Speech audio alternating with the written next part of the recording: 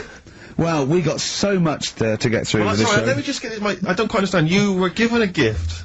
And the gift was a golfing day of golf. And yeah, for my Christmas present, part of my Christmas present from Jane, a night away, 2 rooms, 2 rounds of golf, dinner for 2, right? But not with her, I noticed. Well, she doesn't play, no, she knew, no, it was a present, playing golf. It was a golfing day, she doesn't play golf, so, I had to choose someone to, take away. It's alright, it wasn't a romantic meal. No, but that was my immediate thought. I was...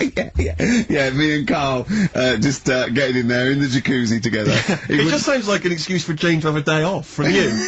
But you don't play golf, Jane. I know, go. Go, yeah. Enjoy yourself. A bowling ball with my name on it. So, chose Carl, obviously. We went, it was a great day, wasn't it? Brilliant round of golf, absolutely brilliant. Such a beautiful place in Stoke Poges, it's like a really posh place. And are you a good golf player? Well, we'll get to that. Oh, okay. Well, he bought the shoes especially for it. Oh, I'd love to see him in those little shoes. I know, and they were no good because they were metal spikes. We had to change them. He was annoyed straight away. He spent over £22 on these golf shoes. We hired a buggy that was brilliant fun. I was bombing along, wasn't I? I don't drive, but it was great on that buggy. Well, you've been on a buggy with me, and you were a bit scared. Yeah. What? I nearly killed us once. I was just taking banks and things, but you don't see sort of bunkers, and he'd scream and go, "Stop!" And he'd put his foot down the brake, and then I reversed. At one point he sort of did a handbrake turn next to the lake, and then we had to reverse, right? And you know, you just flick a switch and put your foot down. He did that without looking. I looked behind, there's a big oak tree there. He screams, "Watch the tree!" Right? So, Dukes of Hazzard. I kept jumping in and leaving him behind because I had to go to my ball. Because anyway, so the first shot, I got on the driver.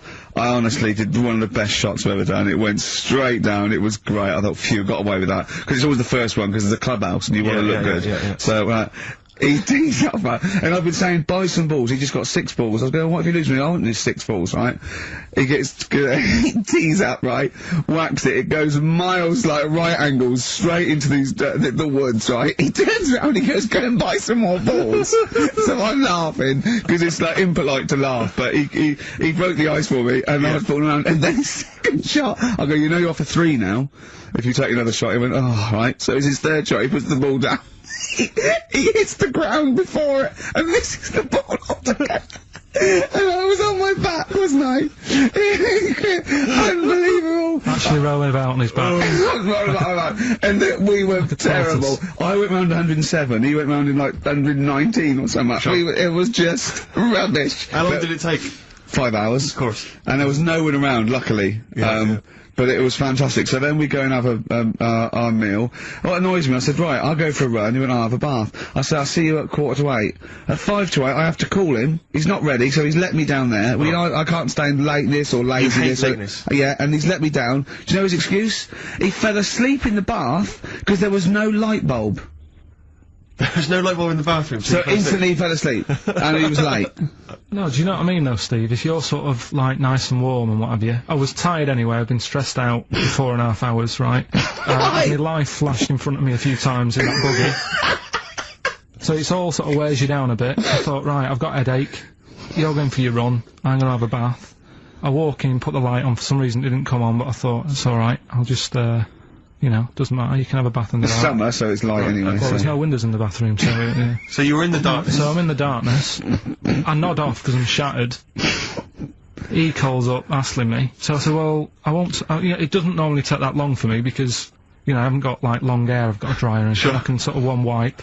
Yeah, it's already 10 minutes late, though, when I called. Well, 10 minutes. 10 wow, minutes. Lateness is lateness, next. Doesn't matter, dinner wasn't until 20:15, so we had, like, another 20 minutes anyway, so it doesn't really matter. Yeah, but we said 1:45. So he's calling up, hurry up, so I said, yeah, alright, so I get out, and dry and like my tackle and what have you, calls back again 30 seconds later. You know?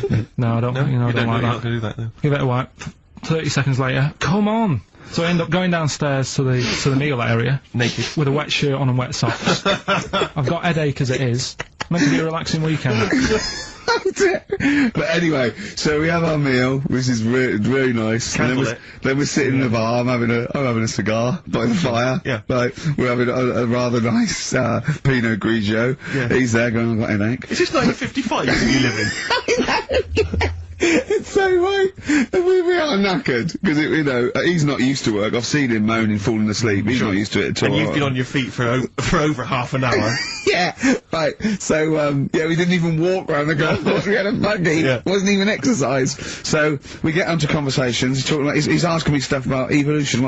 Tell me that. Why did the giraffe? What's that rubbish about the giraffe getting a long neck? I said, well, it didn't try and get a long neck. It was selected. And he said, but why would evolution do that? I went, well, you think that evolution didn't do anything? There's not this consciousness, there's not this will that a giraffe has to stretch its neck to reach the leaves. It won't have a long enough neck to survive and pass it in. He was going, yeah, but why did evolution? This isn't. But by the way, this isn't the most stupid thing. This is warming up. This is about 8:45. Sure. Right? He said, why didn't evolution make a giraffe good at carpentry so it could build a ladder? Right. Yeah. Okay. No. All right. Okay. So he's thinking around it. He's trying to pick holes in evolution. Yeah. We get on to. I said, well, things are. I said, we can see the speed of evolution in lower life forms like bacteria, viruses. They evolved, and that's why soon we won't have an antibiotic that can kill some certain bacterial strains. And he said, and this is about 11:30. And I said, I'm going to bed. Right? He said, in the future, they reckon that you'll be able to wake up and eat a yogurt you can have a chat with.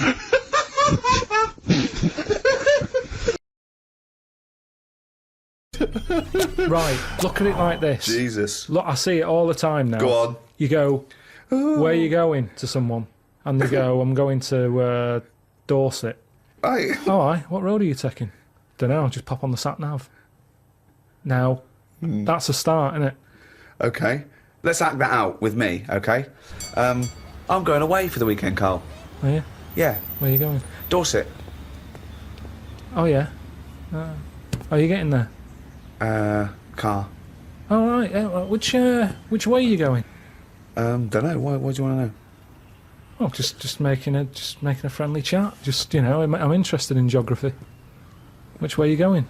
Well, I don't know, really. I've got a sat-nav in my car, and I'm getting there, and what do you know, what? Easy, isn't it? Well, I'm not a pigeon. I don't... Oh, you got an A to Z? Well, yeah, but it's on a computer, the A to Z. What's the difference between looking at an A to Z and... It's a bit lazy, though. Not really, no. No. Why? Why is it any different that I've got it computerised so I can go along? A to Z's a bit dangerous, isn't it? It's a bit... Don't go to A to Z when you're driving along. Clive, who are you talking to? Because we need to hit the road. We need to get going. Well, it's this fucking idiot who wants to know what road I'm taking, which is a fucking boring thing to ask anyway. Sorry, who is this twat? Because we really got to get going. He's a fucking dickhead. I think he's an A to Z salesman by the... I mean, just tell him we're using the sat-nav because it's the quickest, most efficient way to do it. It's the quickest, most efficient way of doing it. No, but look what's happened. Who the fuck are you? Would Columbus found America if he'd had a sat-nav? Yes! No, he wouldn't. He'd have put in America and he would have taken it to He wouldn't. America. He only found it because he got lost. Now, if everybody just goes... Hold on. How would an undiscovered country be on a sat-nav? No. Go on. But I just What's mean... the difference between the sat-nav and the map in that regard? Because I've found some lovely little cafes on roads I've never been on. And I've instantly gone from finding a continent to a little cafe.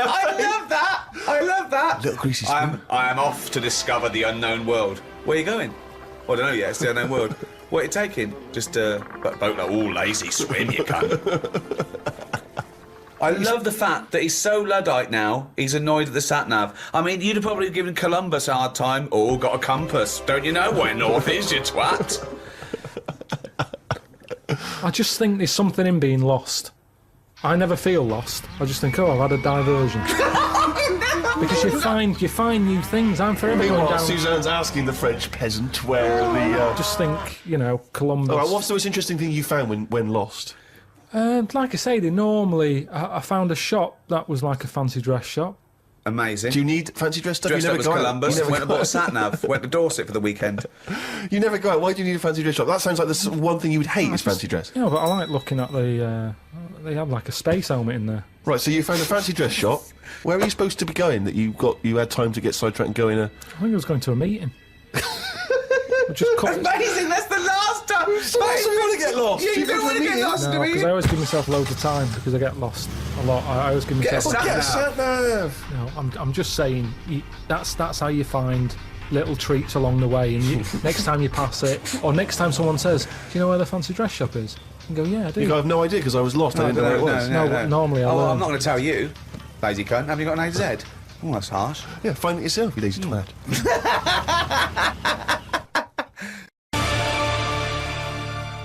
Done TV. I just think there was a kid who grew up in our avenue, right, on the estate, who, when it was born, right, we kind of thought it's got no chance, this kid, because its man was a bit of a rumman.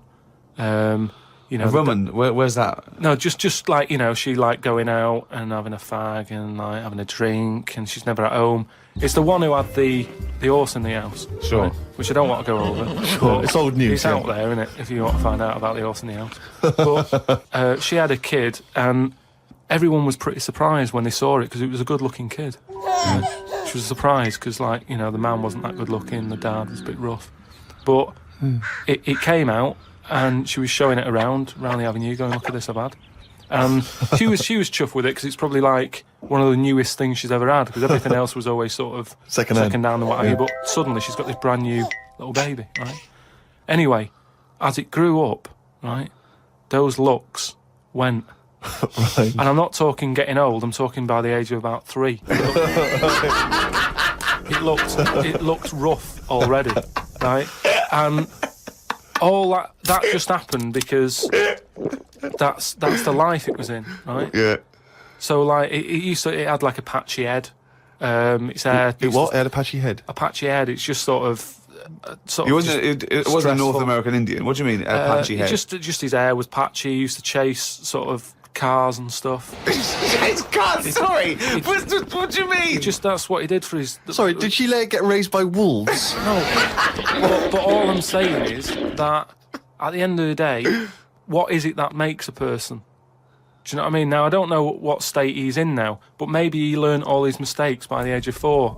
Well, the only time I wanted a wig was when I did jury duty once, right? And it was annoying that I was sat on the jury right in front of, like, these criminals, right? Everybody else has got disguises. The judges have them wigs on, right? That's not disguises! It is a disguise. That's a disguise. That's why judges wear them, right? So No! Well, then why did they print their name in the paper and have a picture of it? What do you mean it's a disguise? it's a disguise, isn't it? No! If it was a disguise, they'd go in with one of those glasses with a nose and the beard attached if it was a disguise. All judges would look like Groucho Marx if it was a disguise.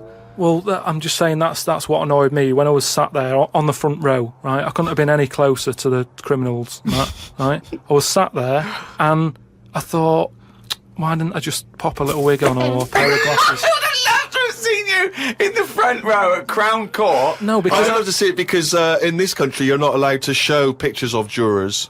You can't take photos in a courtroom, so there's always these sketch artists that draw drawings, and it's on the news. The idea that we'd have seen 11 people and a sort of Krusty the Clown figure would have been amazing. Yeah, I would love to see the artist do an interview, because it would be like complicated people. Oh, hey, he looks characterful, and then just a little round head. Charlie Brown.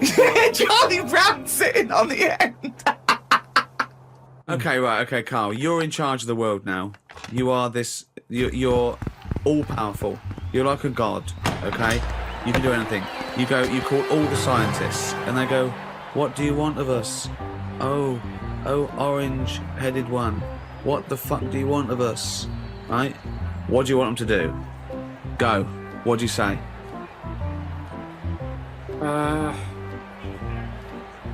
well, I want to come in and how long have they been working on the Big Bang idea? Forget it. You've got every science. No, but I don't just want to come in and poo-poo that because they're gonna Poo-poo. They've done a lot of research. Well, on hold it. on. You wanted to stop a minute ago. Yeah, I know, but you don't just come in, guns are blazing. I'd say, hello You can do everyone. anything you want. Oh, go on then. Hello everyone. Hello, Carl, leader.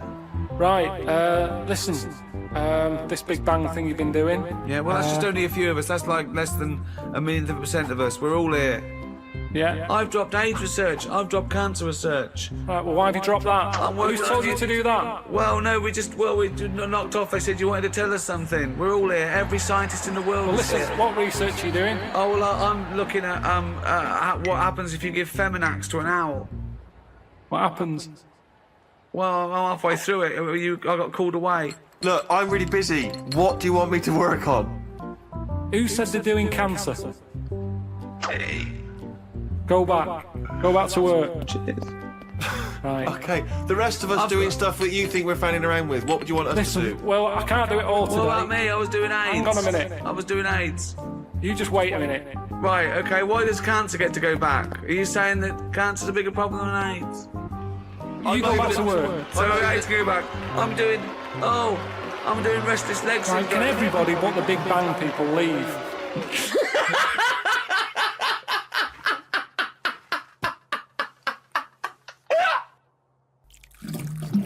These words of wisdom will be inscribed on a wall of a museum one day.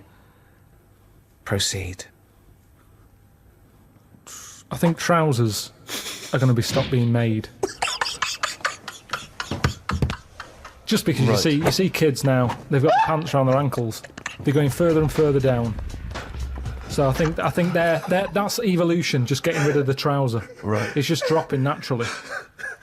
That's the evolution of the trouser, because it's dropping incrementally Well, you see now, down you can the see arse. kids' underpants, so they're just dropping. Yeah. I think they'll get to a point when they just don't bother wearing them anymore. Right. Prediction 1!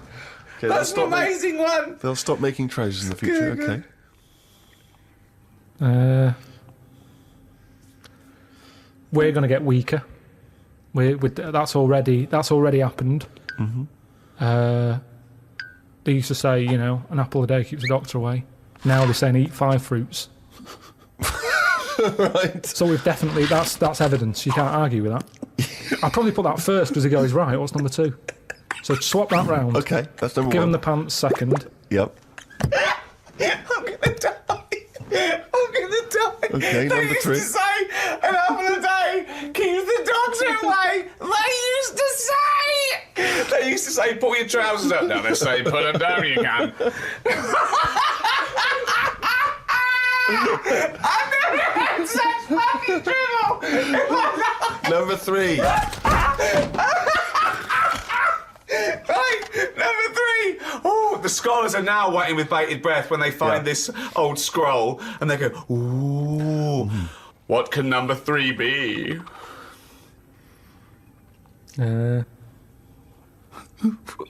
reckon we'll blend all our food.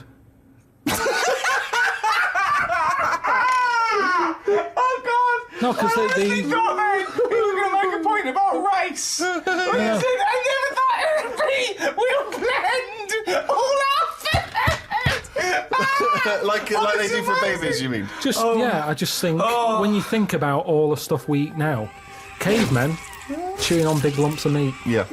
We had wisdom teeth. Yep. Now they say they'll take them out. You're not using them. Yep. Why not using them? Because your food's soft. Yep. Sorbet. Yep. Soups. Yeah. Everything's softer, Just isn't it? When you those get an two, yeah. avocado, they say, is it soft? Everyone's squeezing the food before they buy it. Yeah. No one wants anything tough. Yeah. So I think chewing is a sort of It's a thing of the thing of the past. We haven't got the time to chew. Everyone's like, hurry up, eat that. You don't have to go out for dinner with Ricky. He's like, hurry up. Like, I'm still eating Well, it. he does blend his food, I think. Okay, so blending food. Great. I reckon... what else do we do now? So I've done teeth. Done trousers. I've come up with this idea. It's sort of like glasses, but you can live wherever you want to live. What do you mean? Everything that's real, you're not looking at that anymore. This is really the future. I'd put this at number 10. This is like... We're only doing 5. Fuck me. So what you mean is that you look through the glasses and instead of seeing the real world, you see a tropical what you want to paradise. see. So if you're a young kid and you like the idea of living in the urban ghetto with all graffiti on the walls and that, you can see that. Yeah, but hold on. Are you walking around? Because you'll be bumping into stuff, won't you? No. Why not? No, what you mean is that the stuff that's there in the real world is being digitally reimagined in your glasses. So what was a nice country lane is suddenly now an It's urban got loads ghetto. of graffiti on it. Sure. Absolutely mental, pointless, would But- never work. Absolutely But one of the older- maddest things you've ever said. Really weird, that one. Yeah, It could be done. I reckon it could be easily Why done. would it be? Okay, Because- that last one, that's number 4. That's a load of bollocks. So what's number 5? There'll be more letters in the alphabet. Why? Why? Because we're running out of words now, aren't we?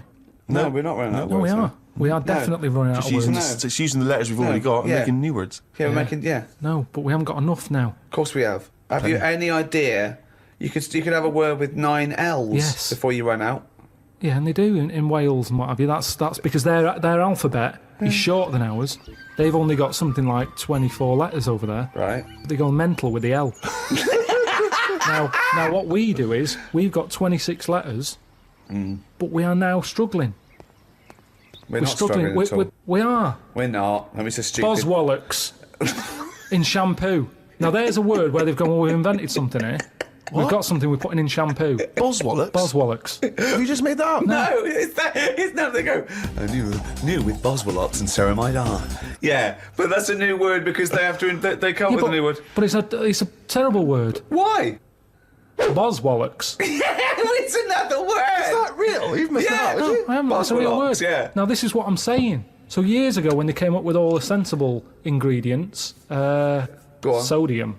That sounds. That sounds all right. He likes sodium. He doesn't Happy like with that. Because it Boswallocks. sounds like something in it, like an ingredient. Well, yeah, but that's because you're used to it. Is this a load of Boswallocks? Are you winding me up? No, the two of it's you? real.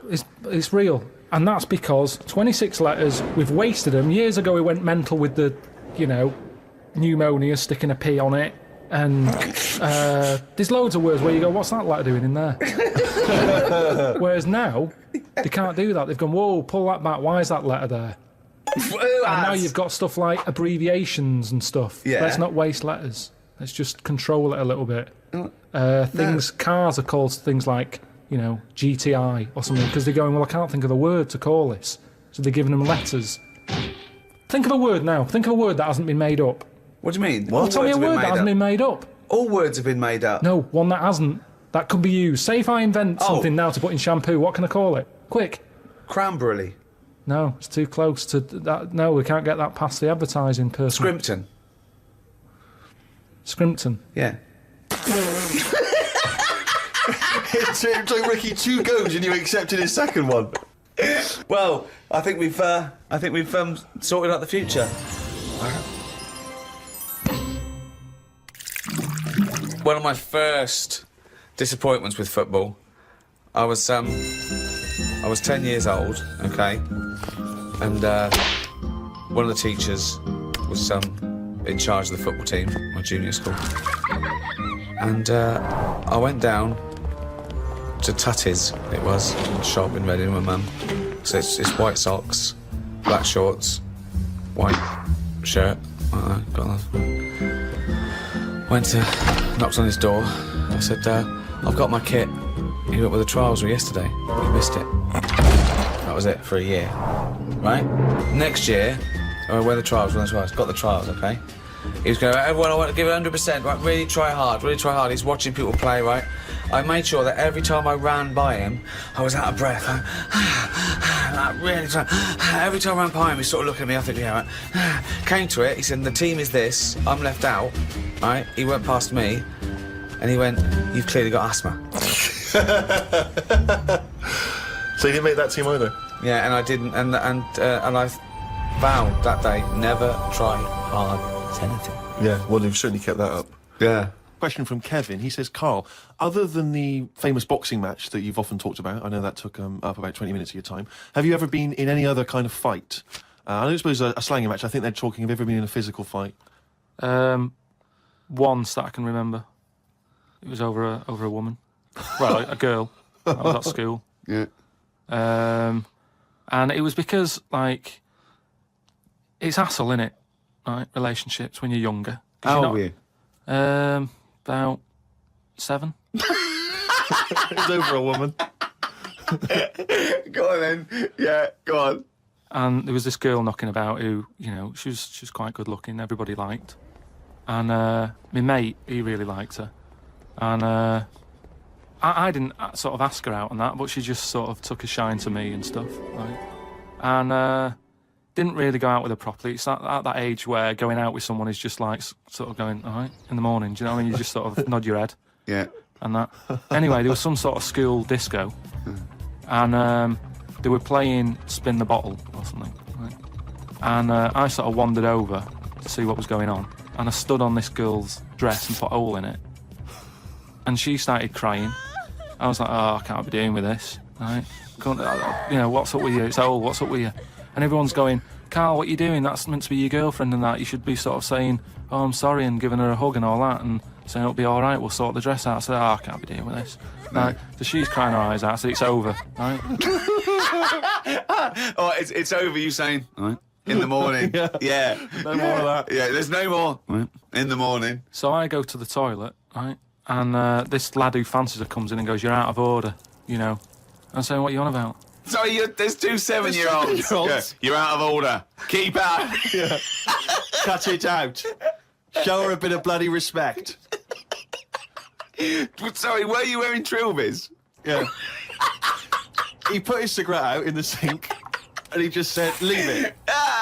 Get out of my face. So I just sort of said, look, why are you getting involved and all that? Yeah. Two 7-year-olds. Yeah. Why are you getting involved? And it was obviously like, because, you know, he fancied her and that. We had a bit of a fight in there. Yeah. I accidentally, you know, sort of chipped his tooth on a sink. Oh, is it like a proper... Sorry, this is like someone from Lock, Stock and Two Smoking Barrels. Yeah. What are you talking about? Two 7-year-olds in a toilet. So you put a hole in her dress. I don't know how that... What were you wearing? Football boots? How did you make a hole in her dress? I don't know. It was like that sort of material. You were wearing winkle pickers. Like crepe. You know what I mean? It was like a crepe dress or something. Yeah. Right. And that got a hole in it. So you're having and when you say you're having a fight, I mean, are you wrestling with it? You got arm locks and head a little bit locks? of wrestling and shoving about and that, and it was an accident. I didn't sort of go, right, I'm going to break your teeth or anything. It's just that I happened to push his head down, and his tooth hit the sink, right, and it chipped and what have you. After that, like I sort of left there and stuff, and we had to go into assembly, and there was a copper in there doing some presentation saying, "Listen, kids, you know, don't get into trouble, because we're out there and we'll get you." Right, so sort of trying to teach the kids young not to get into any trouble and stuff. So I'm sat in the assembly room thinking, oh God, there's a copper here talking, and my mate's going to come in a minute, like with a chipped tooth and everything. And questions are going to get asked. That's what kind of happened. I mean, the coppers didn't get involved. Yeah. Did you turn your back on violence after that then? Yeah. He said, you'll never take me alive, copper. So yeah, that was the sort of last fight. Brilliant. A friend of mine got a gift, or rather gave it as a gift. I don't know if you've been familiar with these. It's a charity organisation, and you go on their website or you phone them up, and you can give someone else the gift of, say, a goat. And it's a sort of goodwill thing, you know what I mean? So you buy an African family a goat that will help them for years. And it's like you're saying, well, I would have bought you a present. Yeah, but I've used that money wisely. Yeah, so it's almost like they've given exactly the present. They've given the goat. Yeah, it's a beautiful idea. But as soon as he told me about it, I thought to myself straight away, knowing Karl's views on charity and giving, I wondered what his views would be. Well, are they happy with the present over there? Like the people who are getting it? You're an idiot. What, you think an African family wakes up and there's a little goat with a ribbon tied round it, and they go, oh, look what Santa brought us. Look, and that mince pie's gone on that glass of milk. You're such an idiot. No, but what I'm saying is, does that family want a goat? Yes. But why? It's not they want a goat, it's they need a goat. Do you think... What do you think this organisation is? Just arbitrarily giving goats to people. They're going to say, oh, I wanted Nintendo. What are you thinking? Well, what I'm saying is, right, let me put myself in their shoes. Well, this will be a first. Got any, but say I'm one of them, right, over there. Right, I'm sat there, it's Christmas Day, right? I open it up, open the present, little goat there, right? Now, if I was one of them, I'd be going, not another mouth to feed. At the end of the day, there isn't enough food to go round for themselves, never mind a goat. Don't they say, like, having a dog and that is quite expensive? Sometimes they say, you know, what with all the injections you've got to give it. Well, I'm assuming it's all above board. The goat's had its injections. That's what some of the money goes towards. It's just a way of redirecting cash. But the thing is, why do they want that goat? What's the main reason? What does a goat give you? Milk. Right. Now, wouldn't it be easy to just send them a bottle of milk?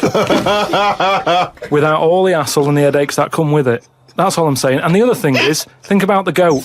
That was happy over here. Suddenly, it's on barren land. No grass. I'm gonna burst! What do you mean? You didn't send a goat from here. I'm saying, who's happy at the end of this, right? You've got a fella who hasn't got a present over here because the mate bought him a goat, right? So yeah, let's do this properly. So there's a tick. He's not happy, right? Then you've got the person who's opened it, who, like you said, wanted something else, right? It's a goat. They go, who's going to look after this, right? So tick, they're not happy. And then you've got the goat going, what am I doing here?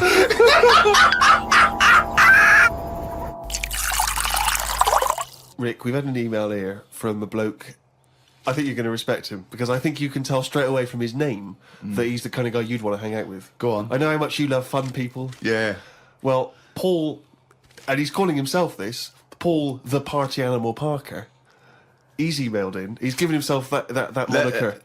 Right, I assume they're in sort of like quote marks, They're are they? in speech marks, yeah. Paul Brilliant. the Party Animal Parker. And he's calling himself that. Yeah. That I can't wait. So when you picture him, what are you thinking? Millhouse. Right, okay. I think he looks like Millhouse from The Simpsons. Yeah. He's He's working in sort of an IT department, maybe? Yeah, for a large possibly. organisation? Oh, I think he might still be at school.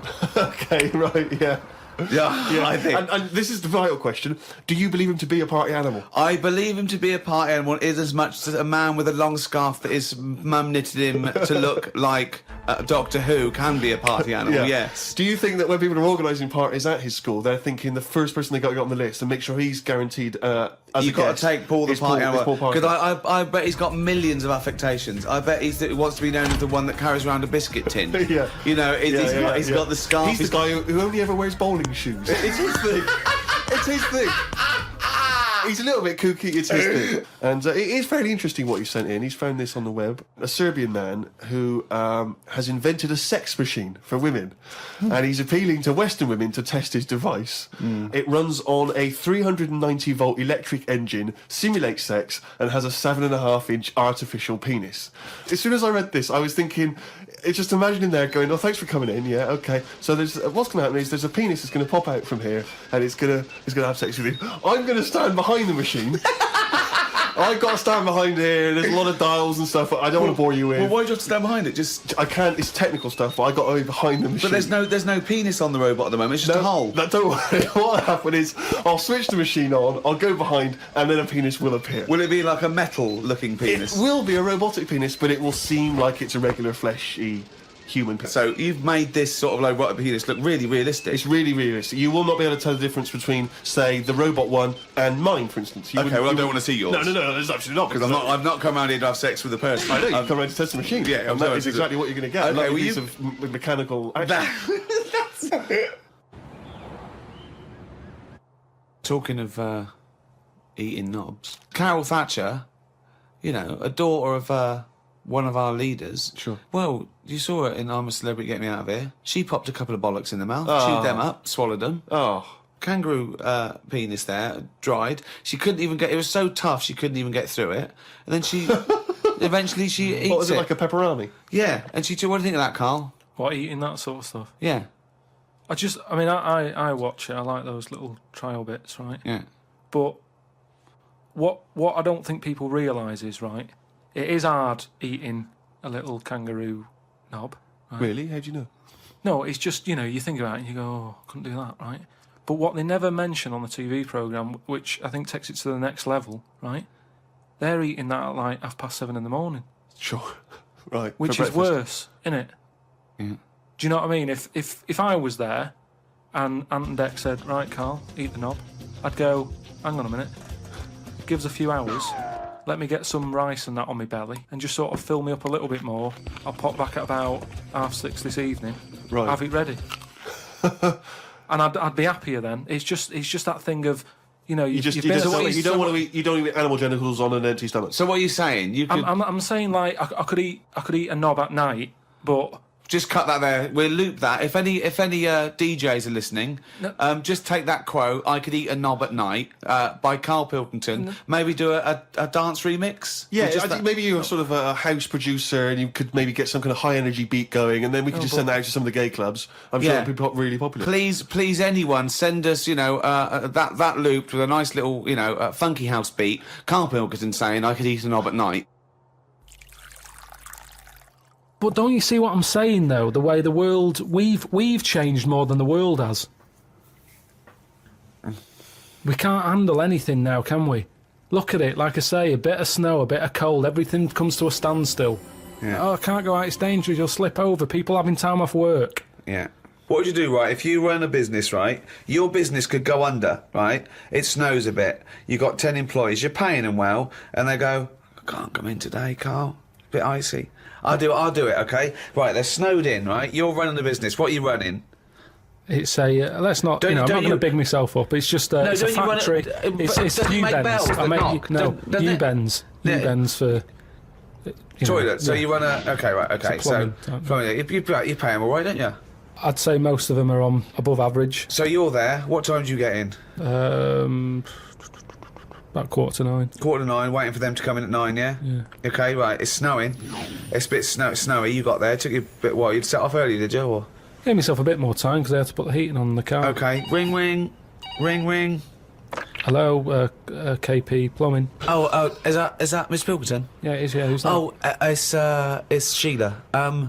Listen. Sheila, shouldn't you be here by now? Yeah, no, I was going to set off. We'll set off now, stop wasting time, we've got a big order on. No, I know. We're all on a bonus here if we get this done. I'll see you in 10 minutes, shall I? I can't make it. What? I can't make it. Why not? The car won't start and it's slippy on the drive. I just can't get out. Get the transport. I'll see you in... I'll give you 20 minutes, all right? Don't worry about it. Thanks for calling. I'll see you in a bit. I'm also scared of the ice. I'm scared of the ice. I'm not gonna come in today. It's dangerous. So what are you going to do? Well, I'm gonna wait until the ice and snow goes away and then I'm gonna come in. But they're predicting it's going to be about 2 weeks before they clear all this. I can't really travel in this. It's a bit dangerous. Well, I'll tell you what. You stay at home. I'll replace you. Because I need someone to come in. What, are you firing me because I can't get into work with this? Well, I got into work, Sheila. Yeah, I know, but you don't live with me, do you? If you did live with me, then you'd probably see it was bad where I was as well. Yeah, I'm here. Do you know how bad it is here? When you come round and have a look how bad it is here, you drive my... Tell you what, you come round and drive my fucking car because I'm snowed in, you fucking calling me a cunt. And I'll tell you, if you fire me, I'll take you to drive uni, you bald-headed wanker. Right, you're fired anyway for that. You're in fucking trouble then. Right then, see ya. Right, and then she's done with. She's weak anyway. Ring. KP Plumbing. Hiya, is that Miss Pilkington? Yeah, it is, yeah. Hi, it's Bob here. Bob. Yeah, bit of trouble. In my area, it's absolutely snowing. It's impossible. No one's getting out. I live near Sheila. Bob, listen. Sheila's just been on. She's saying she can't get in either. She can't. I've just seen her out there trying to dig her car out, and she's hurt her back. She's really tried hard to get to work, but she can't do it because she's not very rich. And her car doesn't work. She hasn't got the right tyres, and there's no public transport. They've cancelled those. Wrong snow on this country. I'm not going to make it in today, son. So I'll see you tomorrow, right, boy? Well, no, you're saying you'll see me tomorrow. Yeah. But you'll probably call up tomorrow with the same thing. Well, only if it's snowing still. Now, listen, it might not I can't run a business like this, Bob. Yeah, it's not my fault, is it, really? So go round to Sheila's and like slag me off if you want. But I'll tell you what, you're not coming back here. Oh. Fuck off. One chance. Give them one chance. Well, you didn't even give them one chance. No, because they've done it before.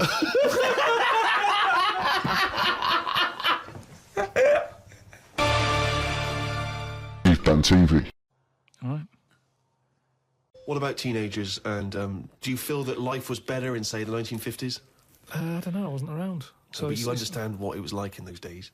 You've seen Happy Days. I don't know. People always say, don't they? Old people always say, it's a better life in the 50s. And it's like, yeah, it was for them. Of course it was for them. They're old now. Being old isn't great, is it? So you're just happy with your lot. I suppose I was happiest in about 1984.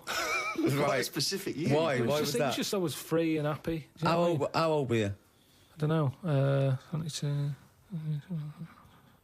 He's just counting on his fingers now. 12.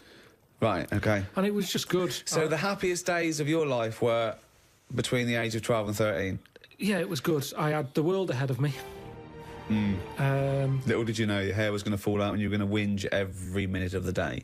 I had my bike. I like messing about my bike. You had your mates. I had a pet magpie. So you were probably the teenager that you eventually hate?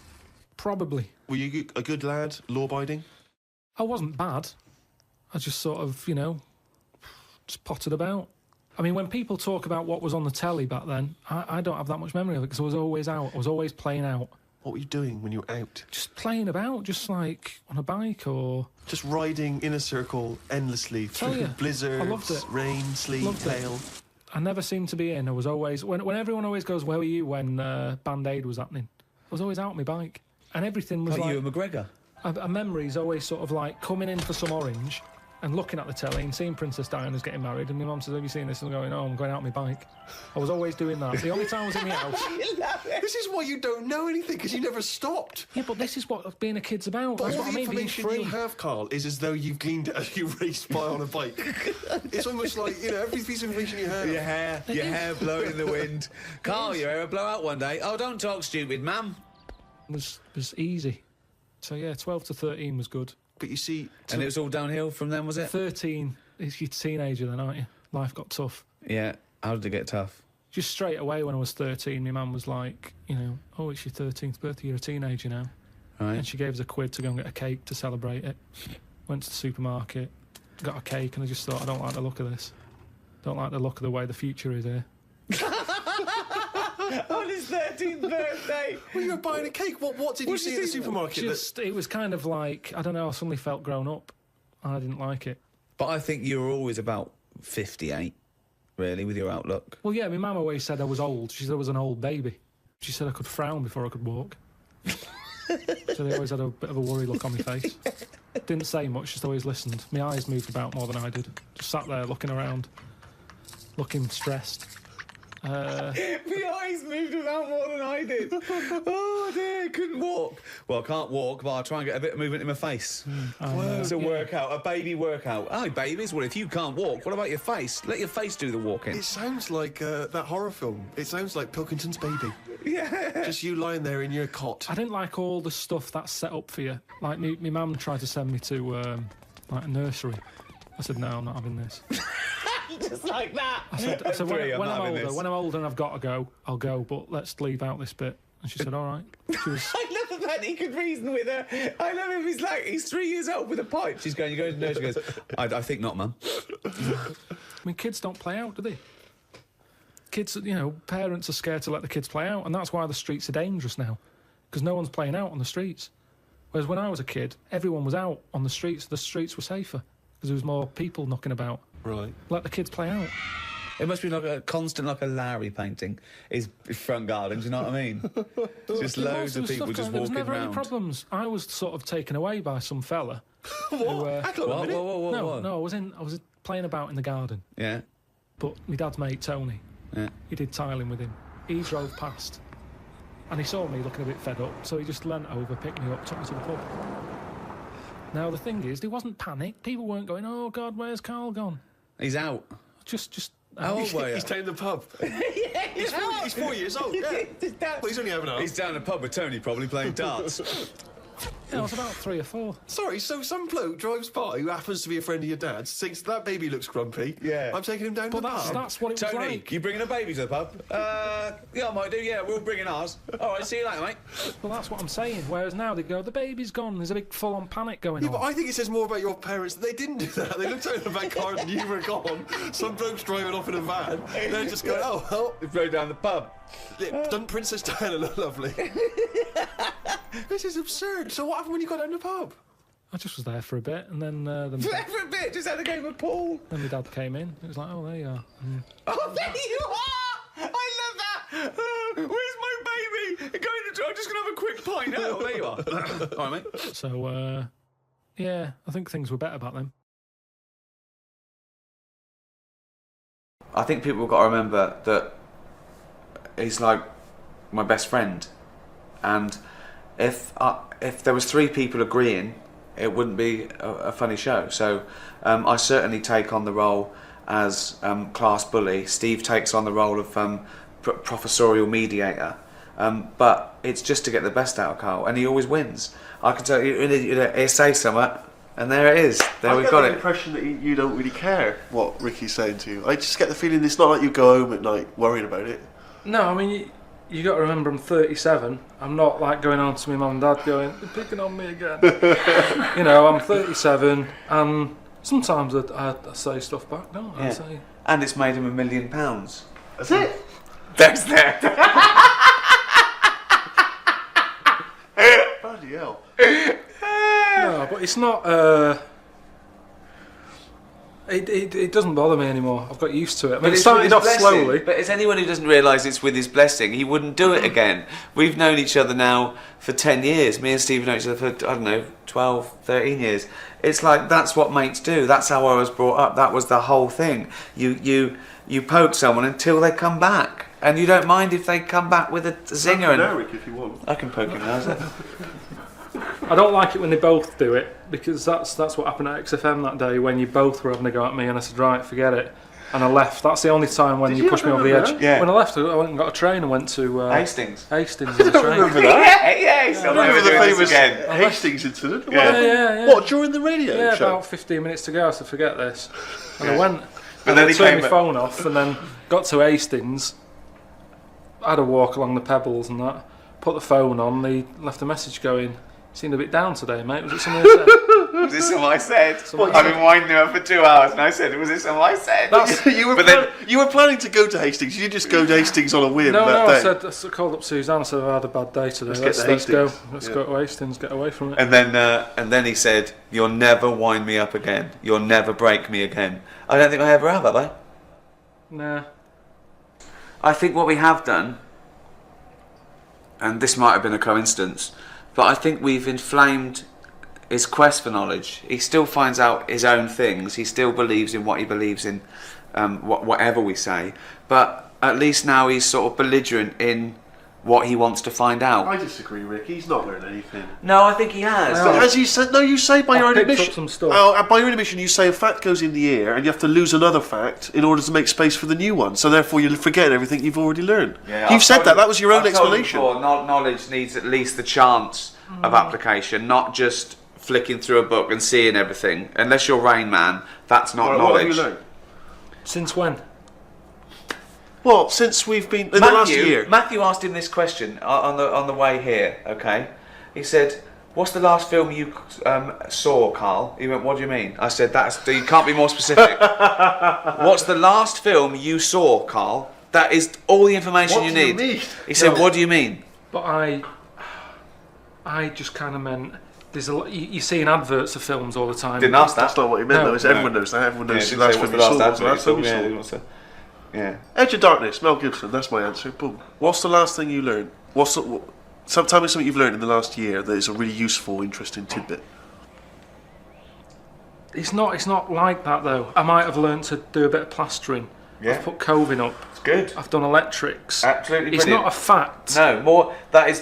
But that's not what you're talking about then. You haven't inflamed No. him. You don't inflame him to do some No, coving. but that is more useful in the world than pointless facts of people who go through things but to then win don't quizzes. say that we've educated him because we haven't. We've got nothing to do with the COVID. No, but he realised that he was wasting his could put your time. hands down. He realised on a podcast that he was worthless. I called him up once, right?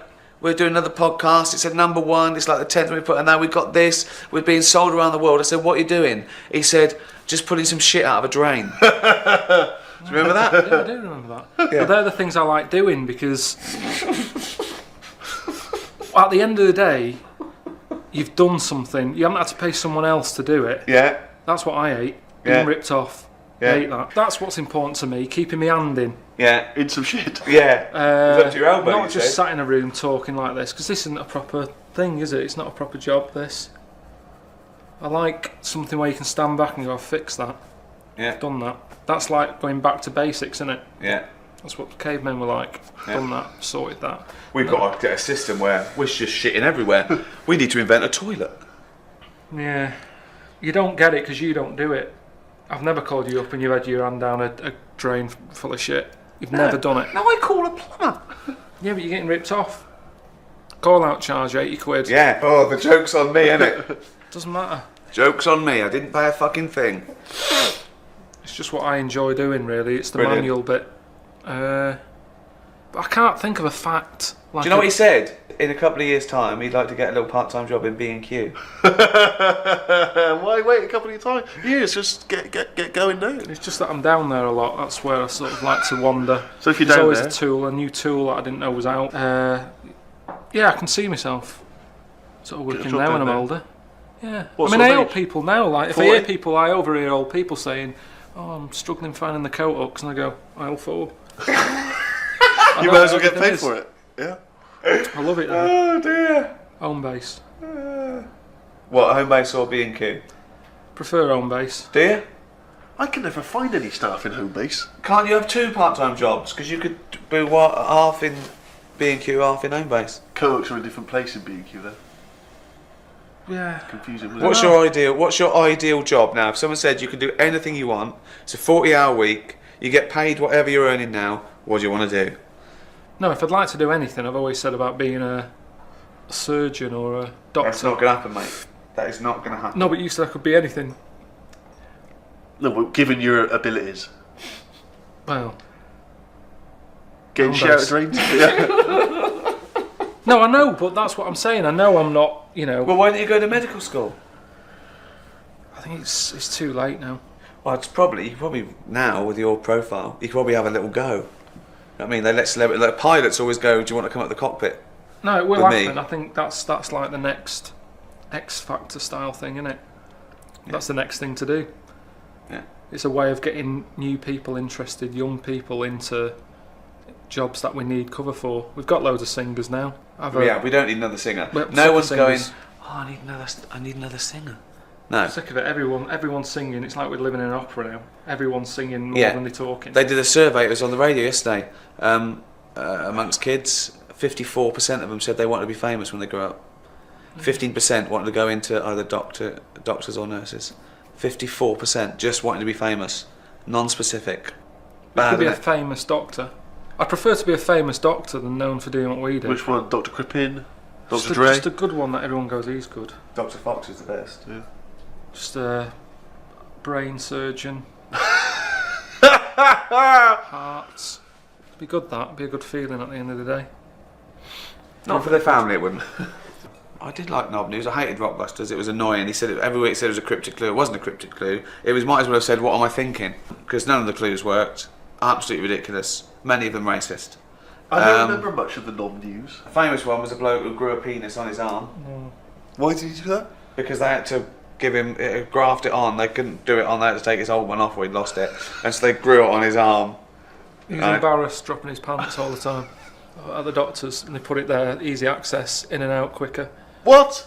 That's not That true. was the story, wasn't it? Of That's course what it we're talking fucking about. wasn't. What, Like- he was having a piss from his arm? No, No, he'd lost his penis. Sorry, Rick, sorry if I didn't quite get it right. I didn't realise it was... Right. He didn't make it quite clear. Apparently he'd lost his penis, right? Right, But so they he grew said, one on his arm. So no, they grew his back on his arm. So to keep it alive while they were sorting something out, he had a horrendous accident. Right. So they couldn't put it back there, but they needed to grow it on something. So they grafted it onto his arm to just grow it there before the That operation. makes sense, but what's he talking about? He Him made it being up. embarrassed? He embellished. He made it up. He was embarrassed to have it. He did like up in his trousers. I think he thought it was someone else's at first. Like they were growing knobs on this bloke's arm. They go, "We need to grow a knob." I know a bloke's arm. It was perfect. He's got the most fertile knob growing arm. We haven't done Knob News for ages. No, I wonder why. Why did that die out? Why did that die out? There probably wasn't a lot of Knob News in the world to keep it as a feature. Trevor McDonald. Here's Knob News. Channel 4 has very wisely got itself in bed with us with our our new animated series in which Ricky, Karl and myself take on animated form, but the conversations are all real. They're all real. Real life conversations that we've had over the They're years. not manipulated, they're not redone, we don't say let's do that again, it's not scripted. It really is conversations that we've had over the last 6 or 7 years, and they've taken snippets and sort of animated it behind our back, so to speak. It already existed, and they've brought it to life. And he lends himself so well to animation because he has these ridiculous flights of fancy, and I think they've done a really good job. Thoughts, Carl? What's Yeah, your it was hopes? alright. Yeah? I just always worry about the first few aren't as good. It's the other way round to most films I'd say. So keep watching. If you like the first couple, keep watching because it gets better and better. But you can't remember the last time you saw a film. What do you know about films? No, but just in the way that normally you go, Rocky was good, and then it's like, oh, Rocky 6, give it up. Whereas I'd say by Series 6 of Us, Right. it's a better stuff. I'd say. But I That's think, being honest. just they don't have to keep watching for the next 19 years of their life. Let's say that actually episode 2, series 1 is good. Let's say that. So they watch. Yeah? I'm still... No, don't I don't know, watch it yet. it's Don't watch too it yet. familiar Don't watch to me, maybe. What? Yeah? It may be too should familiar they to me. watch the first series at all? I'd say coming at about... All I'm saying is, watch it. If you kind of go, I'm not sure about that. Yeah. Leave it a couple of weeks. Come in. You won't have missed anything. There's no sort of Nothing, ongoing... Nothing to miss? No, because it's just a chat from one time.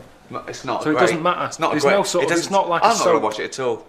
I'm not going to... So... Well, what you're doing is worse. You're saying, "Oh, it's great." No, I'm watch not. it," and No, I'm people just go, asking you. "Oh." No, so don't. We don't know whether we don't. Difference of opinion. I think it's pretty good. He doesn't.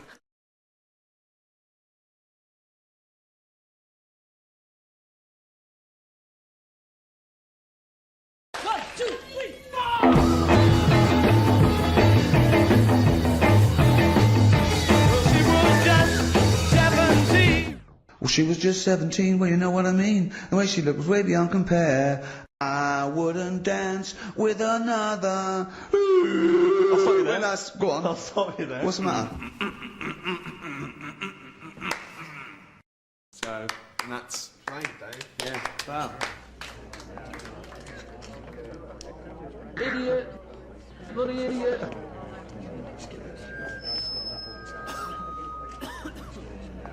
Oh, Uncle Ricky, do the little dance.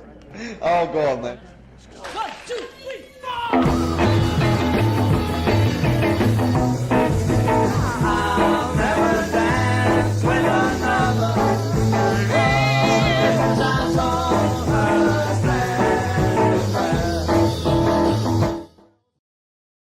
The long and winding. Shut up. Okay. Yeah. I sort of fused Flashdance with MC Hammer shit. That was the Travis, and some flowers through my window. This is XFM 104.9 of a Saturday afternoon, just gone 6 minutes past 1. I'm Ricky Gervais, with me Steve Merchant. Hello Hi. there, hi, good Hi. to talk to you. Carl Pilkington is over there. Alright. Hey! Keeps it real. Yeah. Respect, Carl. Oh. Rick, I just think, we want to lift off the show straight away. Yeah. Into the stratosphere. Yeah. And the best way to do that, it seemed to me, was to resurrect a game we used to play when we first began the show in old XFM days. Do you remember the game? Do you remember the game Make Ricky Gervais Rub me Laugh? hard. Rub you hard? No. No, Sorry, what that was only in the pilot. We never actually did that on live. Okay, right. No, it was the game Make Ricky Gervais Laugh. Oh, I remember, And we used yeah. to get people, Carl, you probably didn't hear it, we used to get people to sort of send in pictures and jokes and stuff. And if I could make Ricky laugh on air with those He won a particular toffee. things, then they won a gift of some kind. Yeah. Anyway, a lot of emails actually saying people love your laugh, Rick. So in a sense, we're giving the public what they want. must be taking the mickey. But this is a picture I found in today's copy of The Sun, so if you're listening at home and you want to know what the picture looks like, rush out and buy a copy, only 40p. Yeah. And, Are we amused me sponsored straight by away. the Sun? We do White Van Man. Exactly. It amused me straight away, this, because bear in mind, Right. it is one of the world's biggest rock stars. Okay. Just check out the face.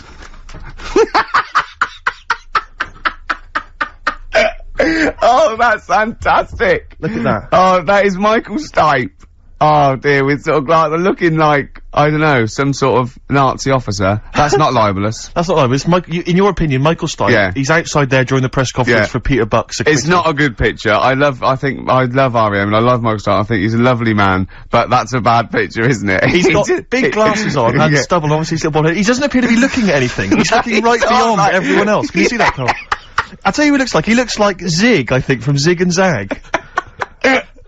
He looks like Well, he's there a you Muppet go. made of foam. Oh, lovely. Nice to see that game come back. Yeah, With a the roaring medium of success. radio. Yeah. Oh, what a good picture that is. Well, anyway, it reminded me of the game that you and I used to play in our very early days of XFM, when it was literally Make Ricky Gervais laugh. Make Ricky Gervais Laugh, which was Loved a it. great game. I think. I remember the first one. It was that fella drinking a pint of beer. Yeah. I remember yeah. the very first time. It yeah. never. I tell you what, it's you not know what, great. though? Ant and Dec do it now. Do They actually. It's very similar to Make Ricky Laugh. It's called Make Ant Laugh. Interesting. So So many of our great ideas have been stolen. Yeah. Or stoled.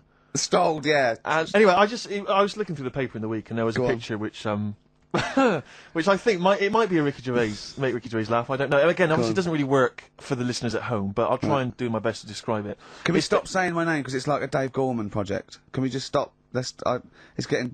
Let's say a word often enough, it doesn't mean anything. Yeah. Let's stop saying Ricky Gervais. Well, what we're going to refer to you as. All right. Well, Make Fatty Laugh is a new game. I'm trying to get one of those squeaks of a laugh. I'm concerned because I know. I'm not a monkey. I'm not sure, you're not a performing monkey. No, okay. I know that. Right. But anyway, let me just briefly summarise the story for those at home. Okay. The headline was Mum 48, a mother of 48 seduced boy of 14. Well, that's not funny. Not her own boy, obviously, but a neighbourhood child. I don't think it's a funny story so far. He said Grand Lana Allen, 48, led him upstairs and undressed to her waist, then took his trousers off. Okay, bear that in mind. This is a quote. This is a quote from him, right? Bear in mind, he's a 14-year-old boy. He's quite excited about this. He says, "Then we had sex. It was every boy's fantasy." All right. You're going to show me the picture of her now, aren't you? So it's a picture of her. This is not. Bear in mind, this is. In his own words, Rick. Right. In his own words, this was every boy's fantasy. Okay. Here's the picture. It's a silent laugh. He's collapsed on the floor. I wasn't expecting. I was thinking it looked like a fat man. I was not expecting that. Oh my god. Oh god. She looks like the drummer of Iron Maiden. She looks a bit like Lemmy. But I tell you, she looks like reminds me of most. Did you see those? They've got one with a fag on as well. I know. It's just that's her with them out of makeup though. Carl, have you seen Every Boy's Fantasy? You should see. Oh god! Oh, have a look, Carl. Oh god! How old is she? 48. Oh god! Oh, 48. That's lovely. Carl. What? What would you rather do, right? I sort of put you in a ball, squash your head, right? Tie your head to your knees, like that, right? You have to walk around like that, right? Until you're formed, totally formed. So that's like the rest of your life. Just keep that for a year in a cage, and your head's like knees, right? You have to walk like that, going, right?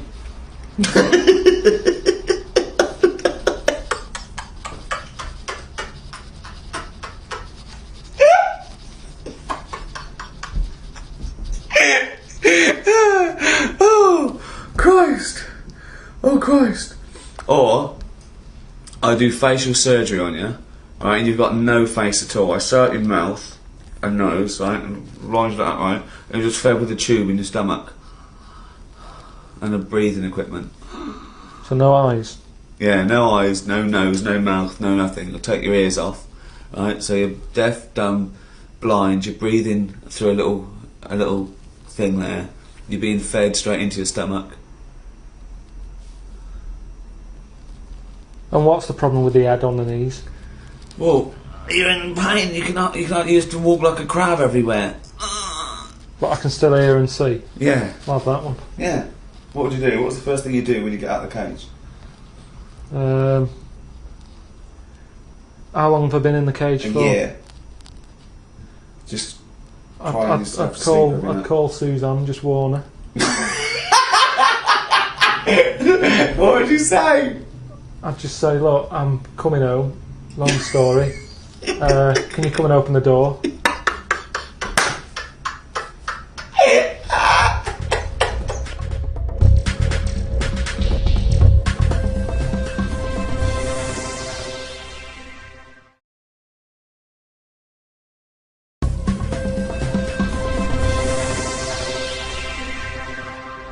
Hi, TV's Ricky Gervais here.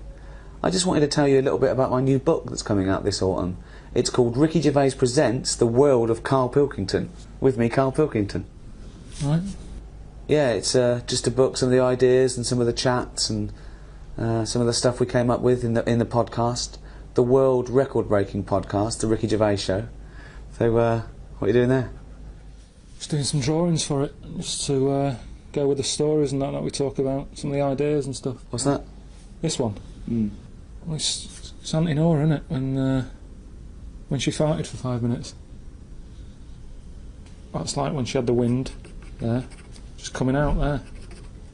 She, like, had wind for 5 minutes. Oh, good. So just sort of pictures and that. So we could put this into the book of prize, could we? Yeah. Thumbs and that. Yeah.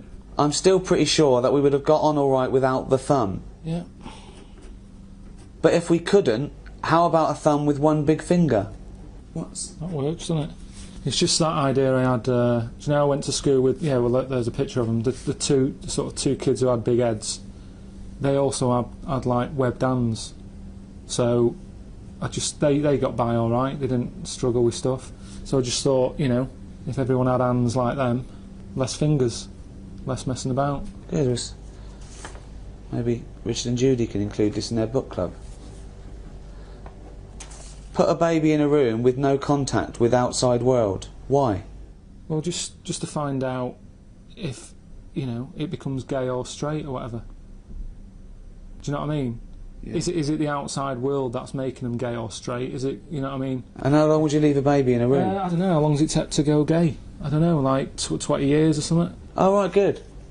You're sticking a baby in a room for 20 years? Yeah, I mean, it's not, you know, feed it and stuff. So through the letterbox and that. Don't go mental. And what would this be for Channel 4, would it? If they want to televise it, they can do. But I'm just saying, just do it if it's not for the telly. Good. Well, people are rushing to buy that book. That's Ricky Gervais Presents The World of Karl Pilkington. It's the sort of book that you'd find written in shit under the floorboards of a serial killer's house. Brilliant. Well, good luck. Cheers. Put my name to that.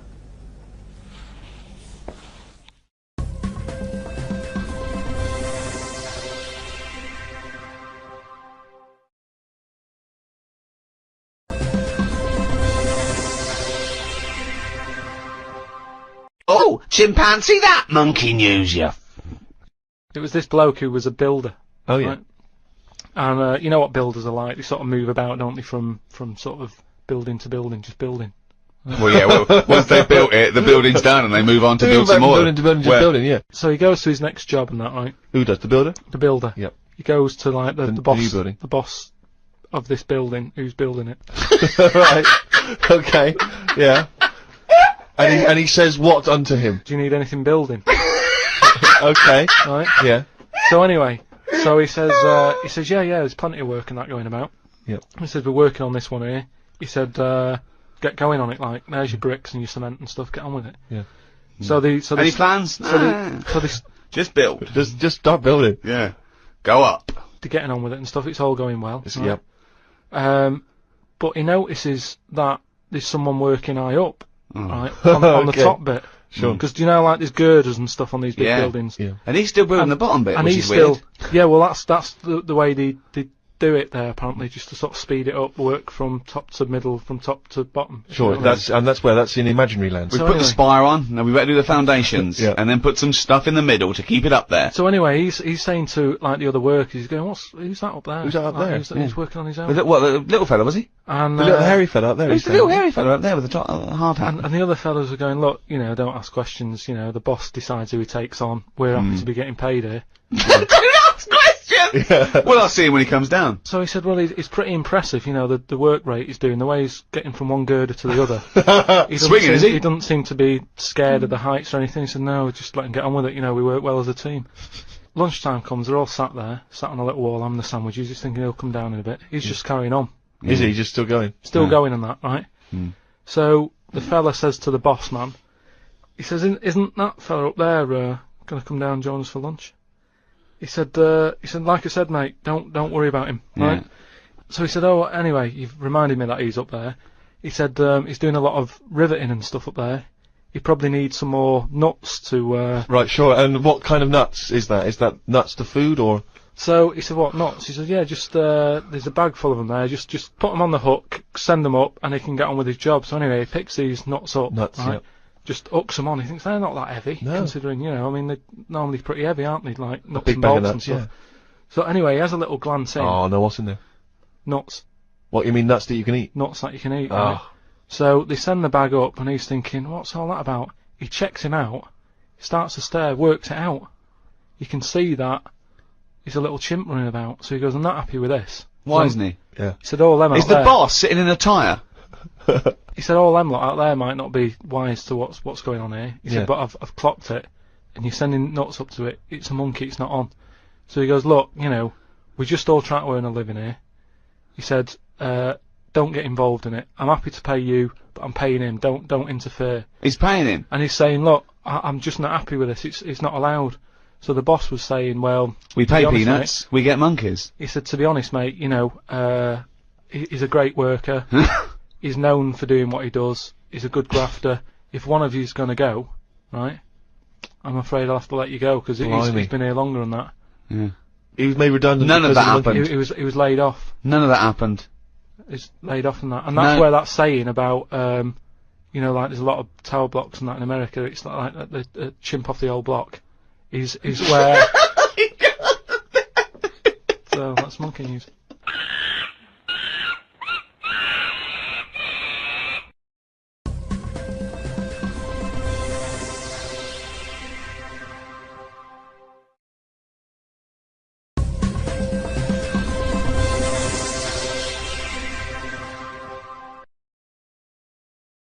Come in. Right. Ah, Mr. Pilkington, and how are we today? Yeah, I'm alright, Doctor. Yeah, I've just come for my checkup. Okay then, pop your pants off. What? Just pop your pants off. Well, and, I've got to take my pants off. well, because I have to pop my finger up your What with me what? to check your prostate gland. Don't worry about it. Well, I am worried about it, because prostate cancer kills 10,000 men every year in Britain. You can check that out if I get any symptoms. Well, there aren't always symptoms, and symptoms do vary from man to man, so the best way to check it out is I just pop my finger up there I'm really and have a happy with feel. this, just- Don't worry about it. Wait. Is that it? Yeah. It's not that bad. I don't know why he was worried. You probably saved his life there. Does he have to be here? He's just a mate, don't worry about him, he's just watching me at work. Prostate cancer is the most common cancer diagnosed in men. The chances are you know someone who's affected by it. To help make a difference, please donate now. Well, congratulations, Ricky. Much deserved, I'm sure.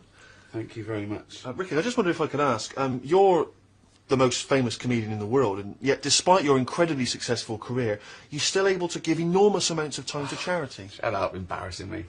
Well, that's what you've written, I Well, think. just ask the question. No, I just wondered how you find so much time in your hectic schedule to help charity. You've got to find time. 30,000 men are diagnosed with prostate cancer every year, 10,000 of which die of the disease, and a man dies every hour from prostate cancer. So, you know, that's why I give so much of my time and raise so much money for cancer. I mean, I don't know if we've got any stats how much I sort of raised last year for cancer. Just says fucking millions? Yeah, and they're welcome to it, you know. But I will say this, if I ever get cancer, I'm going to go into the nearest hospital and go, right, I paid for that machine, get that little bald fucker off it. Talking of little bald fuckers, Karl Pilkington. Alright. Thoughts? Just one. It's 2006. Why are they still using the finger? Good point, good question. Chris Martin from Coldplay, got a few questions for you. Can I wear your sunglasses?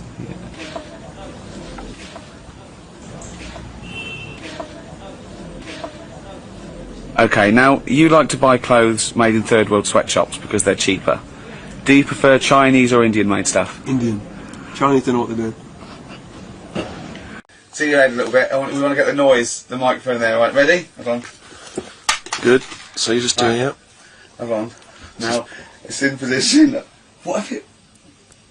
oh. Ready? Yep. Oh, God, it... Oh, no! Oh, it's like Jackass.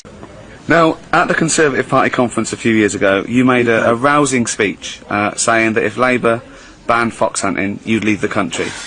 Now, you did leave, but now you're back. Isn't that hypocritical? I just came back to get some stuff. To get my hunting gear. I came back to get 2 guns and a knife.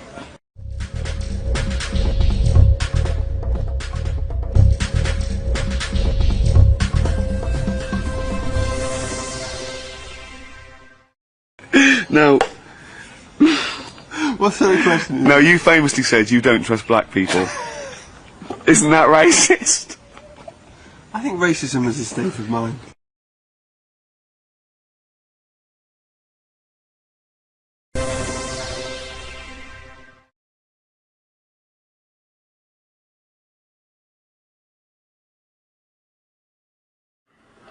Goes to sleep, we're sharing a tent. I've only got one. Well, I've got one tent between them, have they? Yeah. But why don't they take two? A tent's not that big. Oh, yeah.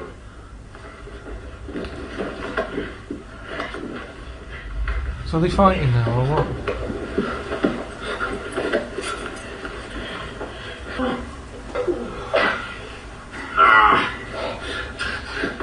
It was cold outside, he said, come in my tent. And then that happens. What do you think, Carl? I'm still none the wiser as to why they do that.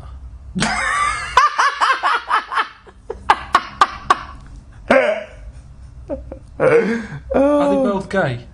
I think if you have sex with another bloke, you're generally considered gay. If you're willing to pop your John Thomas up, John or Thomas, Yeah. I think you could be considered.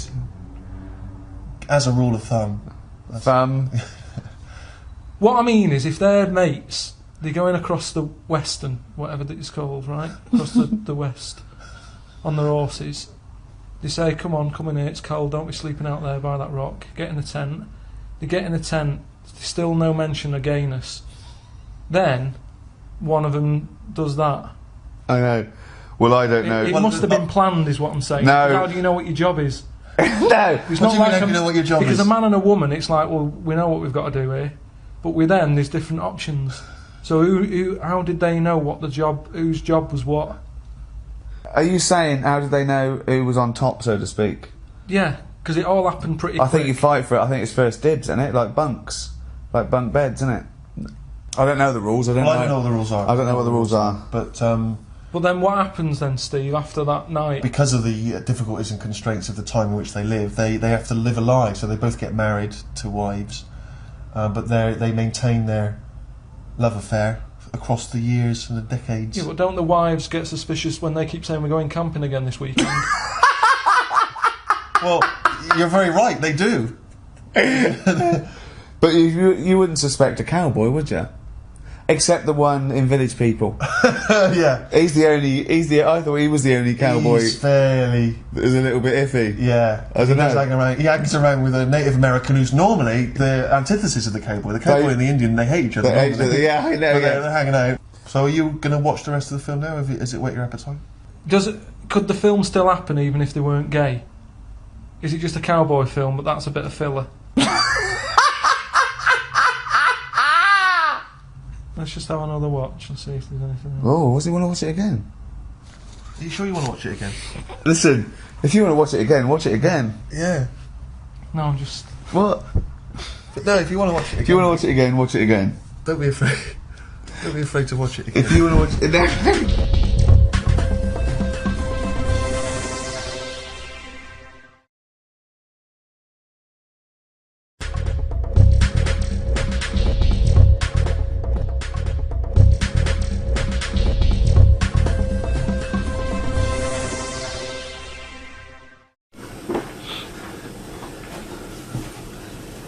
Look what you did.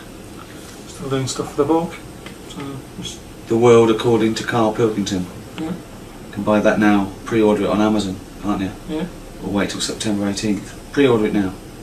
Right. What's that? That's me. Just I'm stuck in a spider. You said, about what would you do and all that if you were stuck in the body of the spider. Alright. So I said I'd just have a sleep. So there I am, just having a kit. Got a Okay. sleeping bag. That's the thing about if you cut off an head, the body lives for like about a minute. Doesn't. No, it does. They did a test, didn't they? No one did a test. We've done it.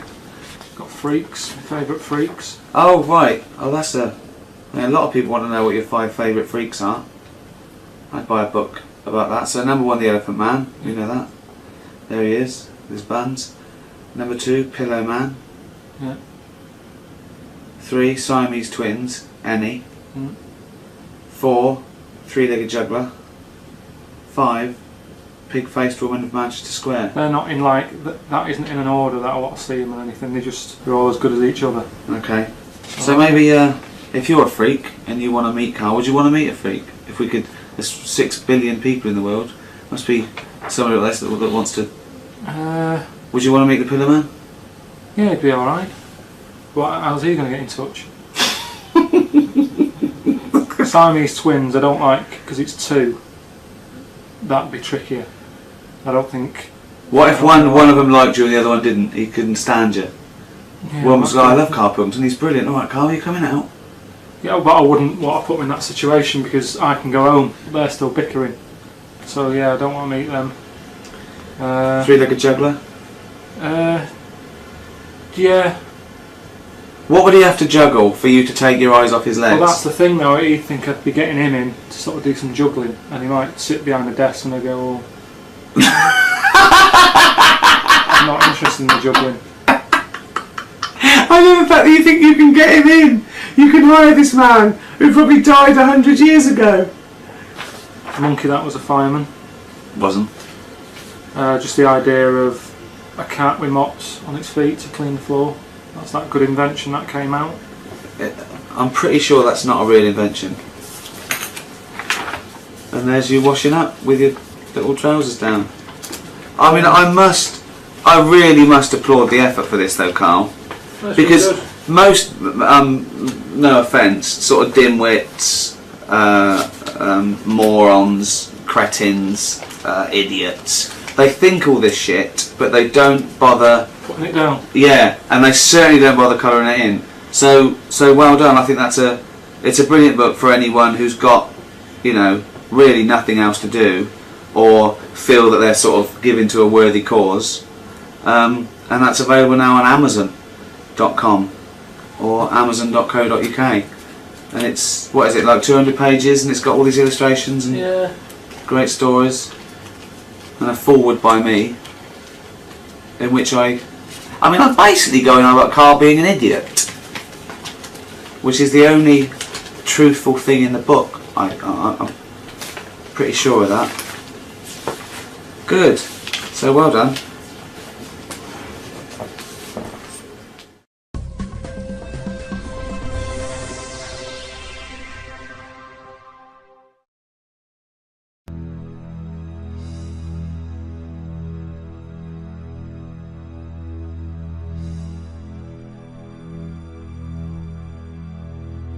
Have you ever been in a hospital when it's been shut down, or a school when there's no kids in it, and there's that sort of bad atmosphere of like weirdness?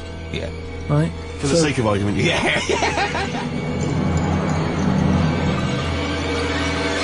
We're wandering about and I say, oh yeah, what's in this room, right? And all the floors are like a wreck and rotten and stuff. Oh my god. There's a little sign there, right? And I go up to it and it says, flies this way.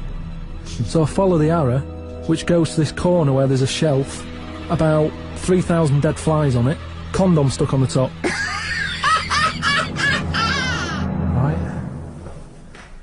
Right, you might remember in the first podcast, I was telling you about this scary house that my mate lives in, where he's like a security man. You're not like a security man, are you? What are you? Well, I just look after it. You just look after it and that, he just looks after it. So this is it, because I thought I'd show you around it, because just in case you thought I'd made it up and that, about the bit about the flies and all that, where there's flies on the shelf and stuff.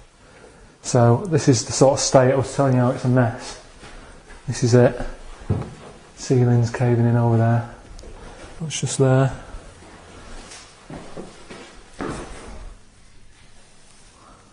Pair of pants.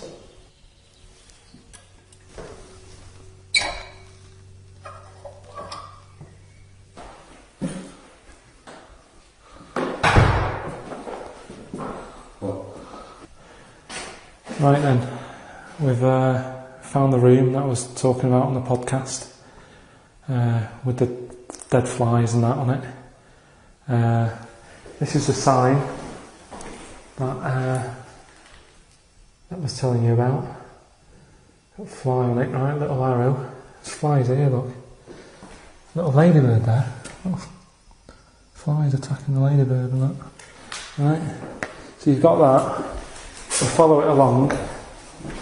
Right? You think, well, there's nothing there. And you've got, if you can get the camera up there, right? Look at that lot.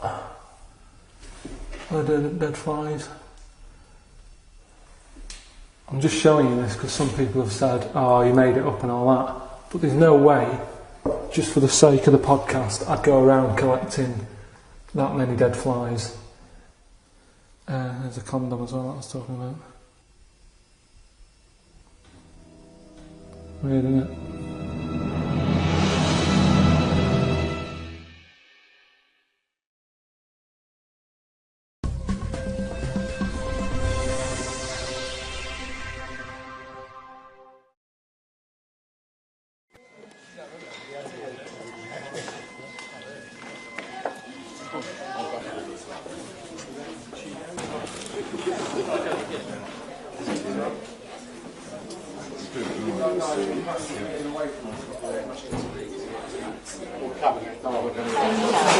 Hi, I'm Ricky Gervais, here on the set of Extras. Extras 2, coming soon. People are busy working away, and they're annoying me a little bit because I'm trying to do this. So I'm in charge. Shut up! That's power. Okay, back to work. 14th September, the new series starts. We're here filming a scene for the final episode, actually. I'll show you around, shall I? Okay.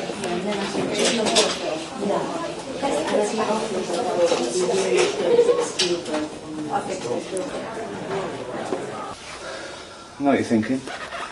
What hospital are we filming in? It's not a hospital. She's not a real nurse. Unless we just put this in. Hey? Do these look ill? Bad example. We're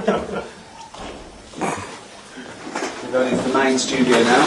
We're just using a little corridor there for a hospital.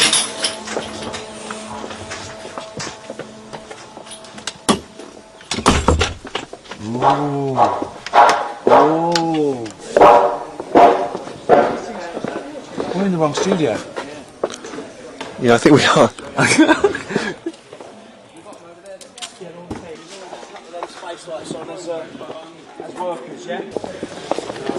Oi oi, who's this little face? Excuse me.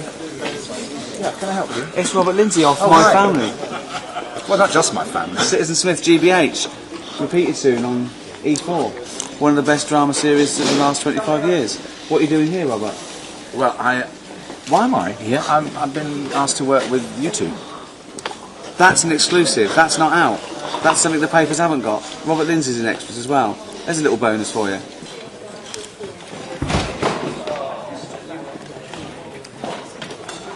So there's a little teaser of Extras 2 coming soon. September the 14th, BBC 2, 10 o'clock. But check out the website.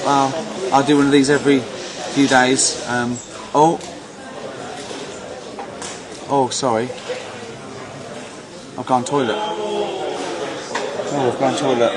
Can you empty it? Can you empty it?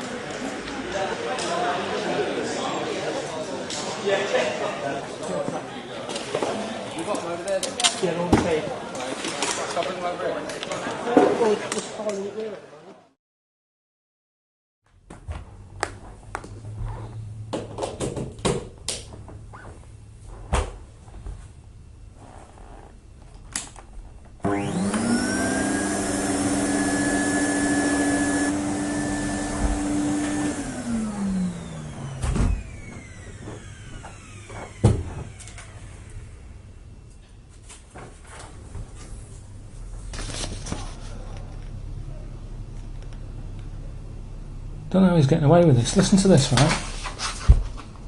Crudge evolved bi-goggles at one end and flagy-plays at the other, right? Eventually becoming Whittles. Some Crudge went on the other way, developing a uniflap and becoming a Sploon. Sploon grew into Flunts, and Whittles branched out as Scruddlers and Wumps. So I don't understand why people want to read about these sort of made-up animals when there's weirder stuff than this knocking about anyway. Do you know what I mean? Like, I read something about a crab that what it does, it's born, right, and then it's floating about in the sea, and it spends its days looking for a mussel. Do you know, like the mussels you get in the sea? spends its day finding one of them that's got a little gap in it, gets in it, that's it. It's done its sort of life's job. It just gets in the muscle and stays there. So that's pretty weird. Do you know what I mean? You don't need to sort of invent a sploon, a spluff, and a woomph. The Moulon. It's the most intelligent being on the planet. It believes that all life is precious and never knowingly hurts another flanimal. The saddest sound in the universe is the whimper of 1,000 Moulons when one dies. See what I mean? That's quite sad, isn't it? It's like whale noises, that, isn't it? Because they say, what do they say? Like how a whale, if a whale's crying, another whale can hear it from miles away. Which must be well annoying, because I think, like, say if you're a whale and you're sick of hearing things crying, you'd travel miles to get away from that whale that's crying. But then, as you're going away from it, the chances are you're going towards another whale that's crying. So you can't get away from whales crying. And yet people say, oh, if I come back, I'd like to come back as a whale. There's no way I'd do that. Just having all stuff crying around you, you'd be well depressed. That's why they always look sad, whales. Because all they're hearing is crying. That's like a Moulon.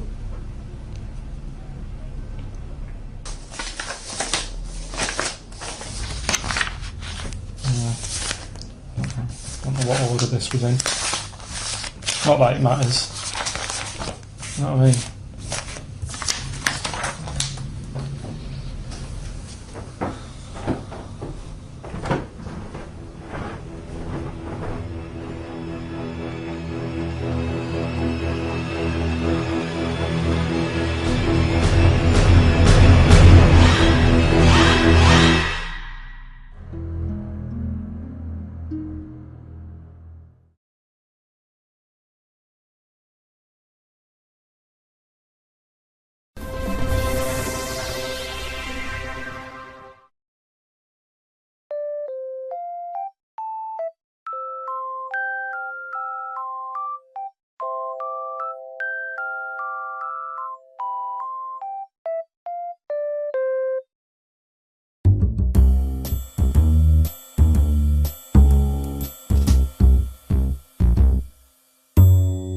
Ricky and Jane were going on holiday for a few days and had arranged for Glyn to come in and make sure the cat was okay while they were away.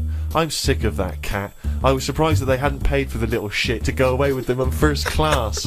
Blimey, getting a bit vitriolic in the diary. Why doesn't he like the fact that I've got a cat and I love the cat? Why? It's just everything in that house that you've got gets sort of special treatment, and it's a cat. And what do you mean you get special treatment?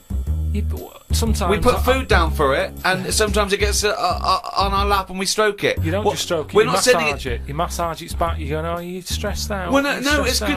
No, I'm not saying you stressed out. At no point did I say you stressed out. You said, "What the fuck are you doing for? Is it stressed out or something?" I like touching my cat. To be honest with you, I don't like Ricky's cat. I can't believe because every time I go around there, it goes straight for Magoolis.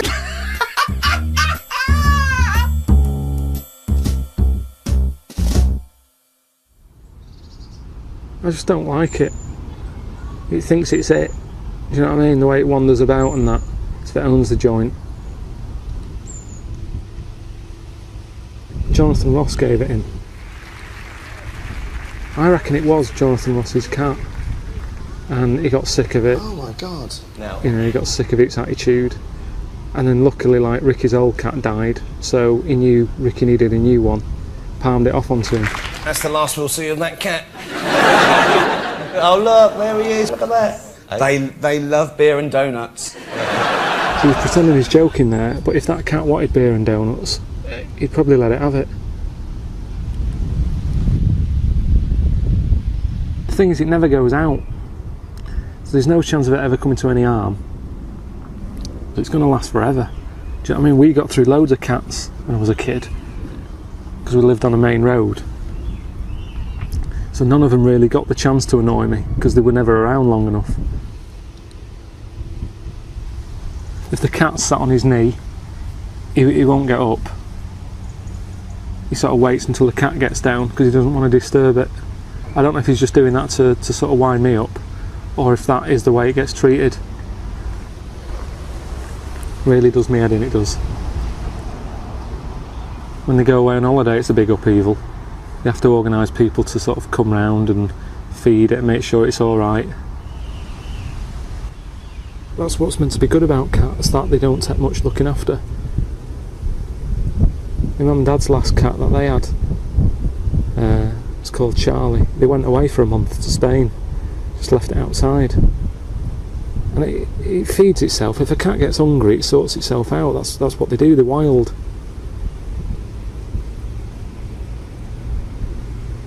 I mean, it had lost an eye by the time they got back, but it didn't go hungry.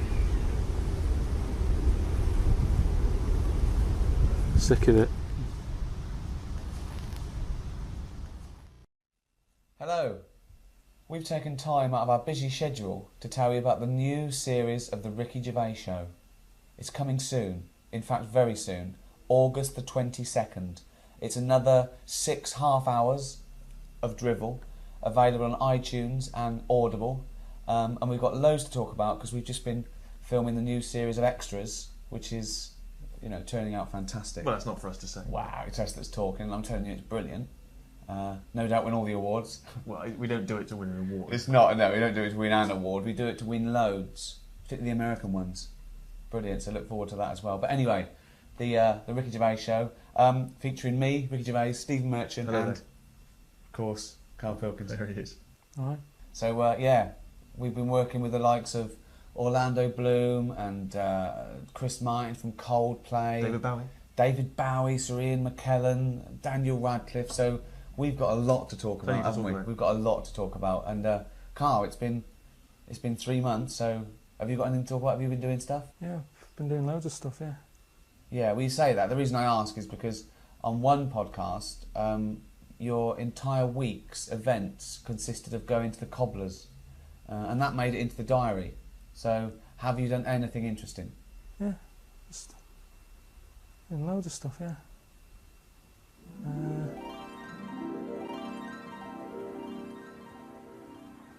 It was weird, right? I was in the park, right? Just sat there having an apple.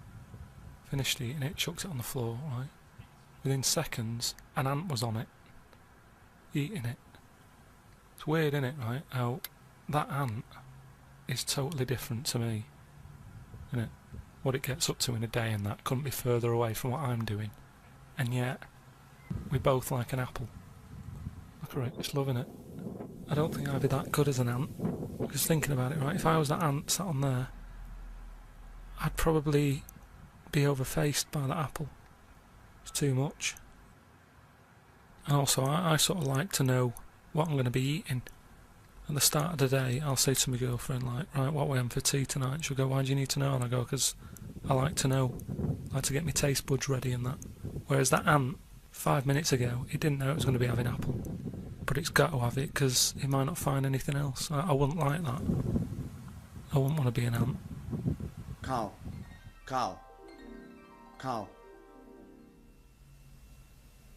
What were you thinking just then? Just thinking of stuff that I've been up to and that. Daydreaming, more like. Nothing wrong with daydreaming, Steve.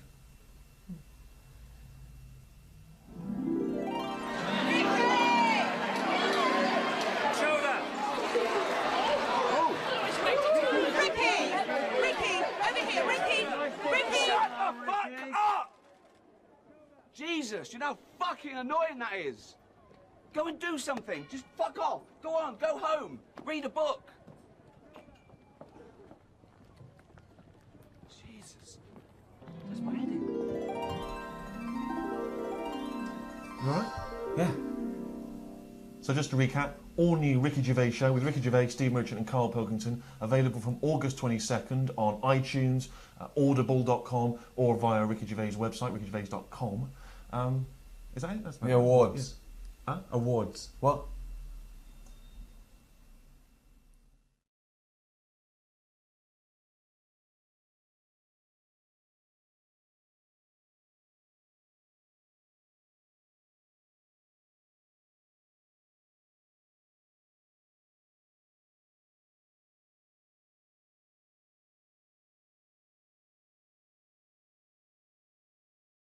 What I'm saying is, right, there's now too much choice. Whenever you get a menu in a restaurant, it's not like, oh, right, what is the? Yeah, I'll have that. There's too much. It's like a book now, isn't it? And you look at it all.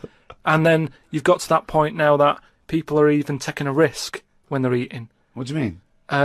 You know, in Japan or China or something, they're eating that fish that if it's not cooked right, it can kill you, right? Yeah. Not worth the risk when there's so many other fish. Yeah, I agree. Why have mackerel, have a bit of cod or whatever. Yeah, as soon as there's a risk, take it off. Take it off I the agree. menu. I totally agree. Not worth it. We've got a fish that might or might not kill you.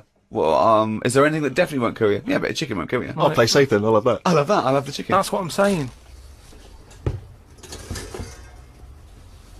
It seems to be the trend at the moment for people to eat things that you shouldn't really be eating. Octopus. They say, oh, it's best if you eat them alive or something, right? And there's been stories of people who've been eating them, and because they're still alive, the legs are like, you know, you get round the neck and what have you, inside, and they choke you. Why would you want to eat that? If you're going to eat a live animal, don't eat one that's got 8 arms that can get hold of your neck.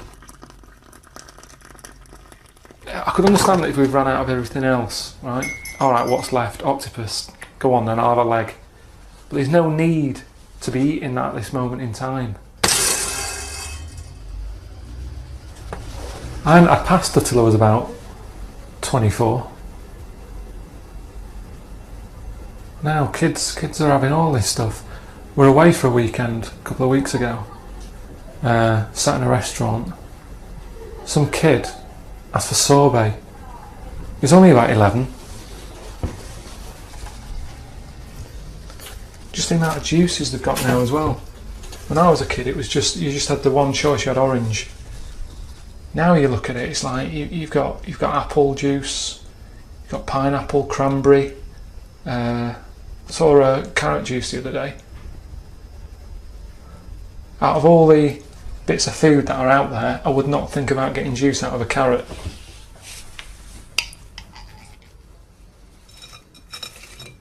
People are always going on about that place where they eat dogs, saying, oh, that's terrible, that. But I don't think it's that bad.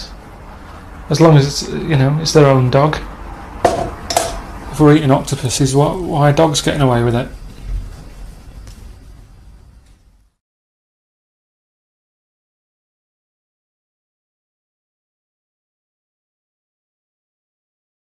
Excuse me, I don't suppose you've got a copy of The World of Karl Pilkington, have you? No, sorry. It is rather new. The World of Karl Pilkington.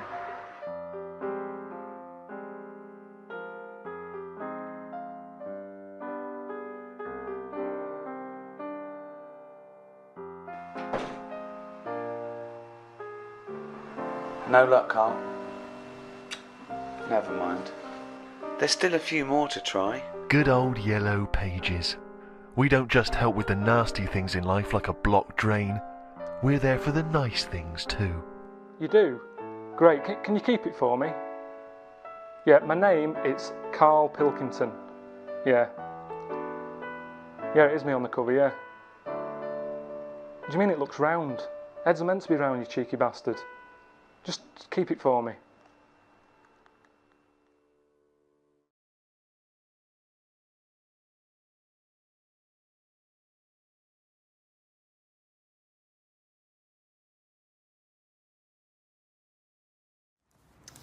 Willow. Willow. 25th anniversary year this year, and we have a Blu-ray to celebrate. And 25 years ago. Wouldn't believe it, would you? Look at us now. No. You were just a wee one back then. 17 years old. 17 years old. And now? Now I'm 43. But I think we've sort of matured like a good wine. Look at us. Look at us there. It's a movie that's remembered very fondly by a lot of people, though. It is, still. Do you find people say, oh, Mad Mardigan? Can't go through an airport without someone saying, peck, peck, peck, peck, peck. Mm-hmm. Yeah, that's the most common thing people say to me, actually. Really? You started that. That's because that's what you were. Years of abuse started by you.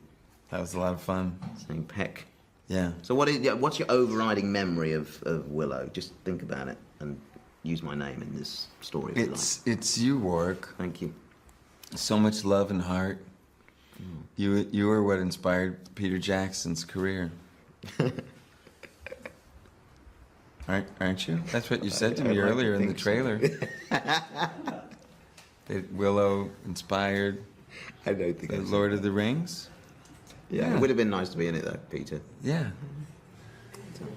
We were there first, though. We were there first. We started all that, didn't we? And New Zealand. We filmed in New Zealand. Yeah, we started that. It was a lot of fun. He was just following in our tiny footsteps. Yeah, the producer was George Lucas. Never hear about him anymore. Sort of faded. Right, extra features on here. Yes. Okay, we've got deleted scenes with Ron Howard. Who's in it? The making of an adventure with Ron Howard. From Mort to Morphine. With Dennis Muren. So Willow, Ron an was busy. unlikely hero. Yeah, now keep going. That's Personal you. video diary of Warwick Davis. Now that's the feature to die for. That's never been out there. Did you before. video? Remember, I had my camera and you kept doing stuff. You know It's what I all in here. remember? It was the size of your torso. Pardon? It was a giant back then, like cell phones. Oh, my torso. Huge. Yeah, there was a big old camera, wasn't it? I looked like a little sort of mini news team. I'd like to see that. It's on there. It's all on there. You don't call, you don't write. And then matte paintings is the final riveting feature on there. But they It's are very good though. It holds up, Willow. And it's remastered Yeah. as well. Yeah. I mean, looking at us now, it's as if we've been remastered as well. Nice. Isn't it? Do you like what I Yes. see what I did there? Mm. Yes. So there you have it. Willow on DVD. We won't see another penny from this, but we just out of goodwill and love, we're doing this because we're proud of this. We're very proud.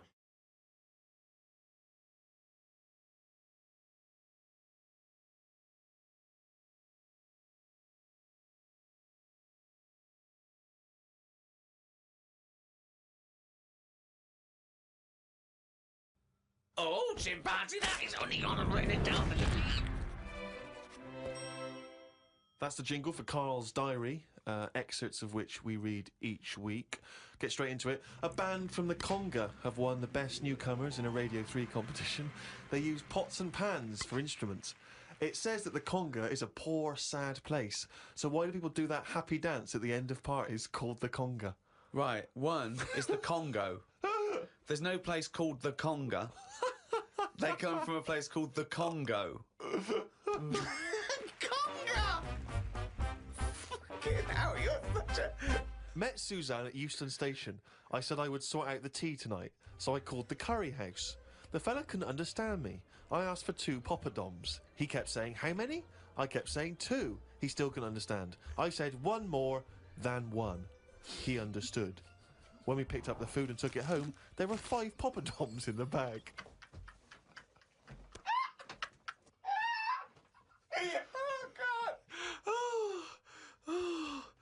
Oh, God. There is a restaurant somewhere that sells knobs to eat. No, there's not. There is. No, there's not. No, there is. It says that women can't eat too many of them, and if you want a seal's knob for dinner, you have to book in advance. Right, it's gobbledygook. This is the ramblings of a madman again. It's a trend, he writes. It won't last long. It'll be like hummus. Called Ricky and asked what the difference is between the mind and the brain. Yeah, he did. That's a hell of a phone call to get. Unbelievable. Unbelievable. Ricky did explain, but I can't remember what he said. I wondered at what age you are when the mind kicks in. Okay?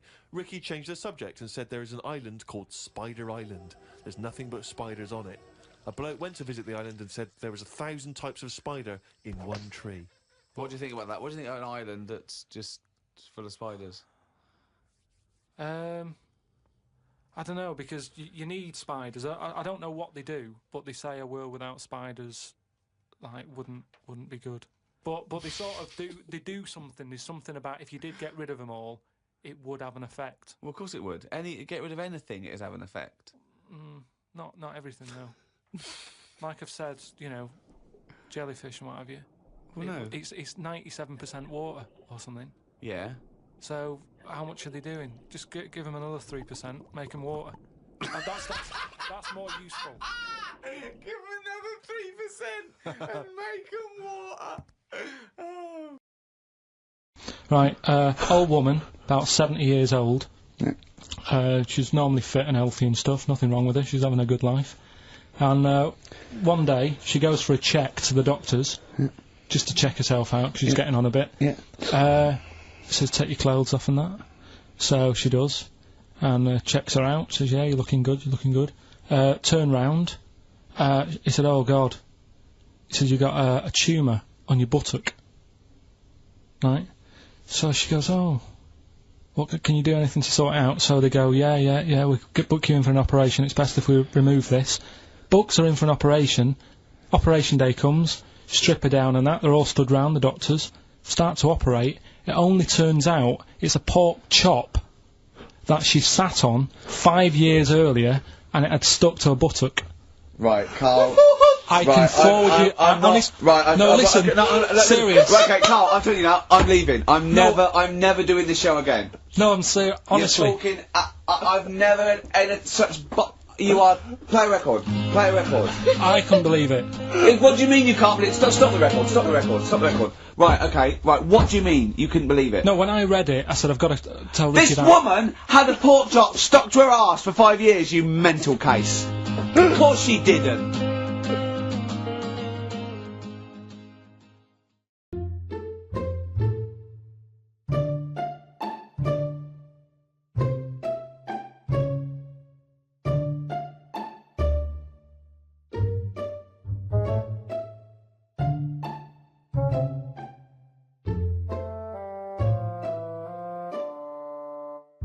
You meet this guy in LA who's done a lot of stuff to his body.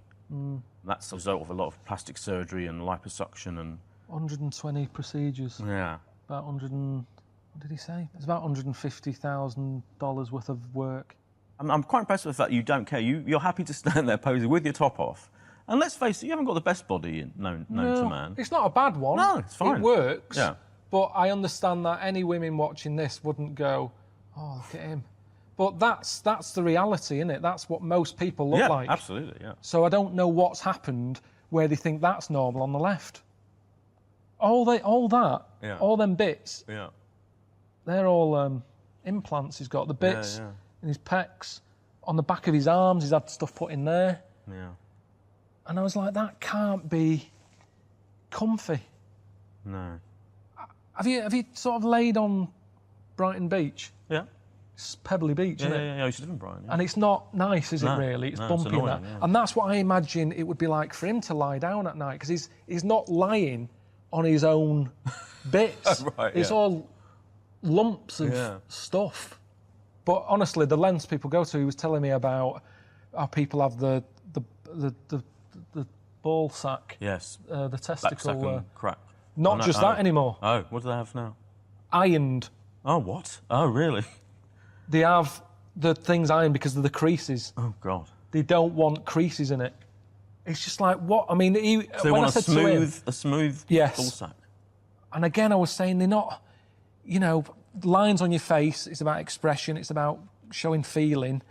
I don't know why your testicle, what's the proper word for it?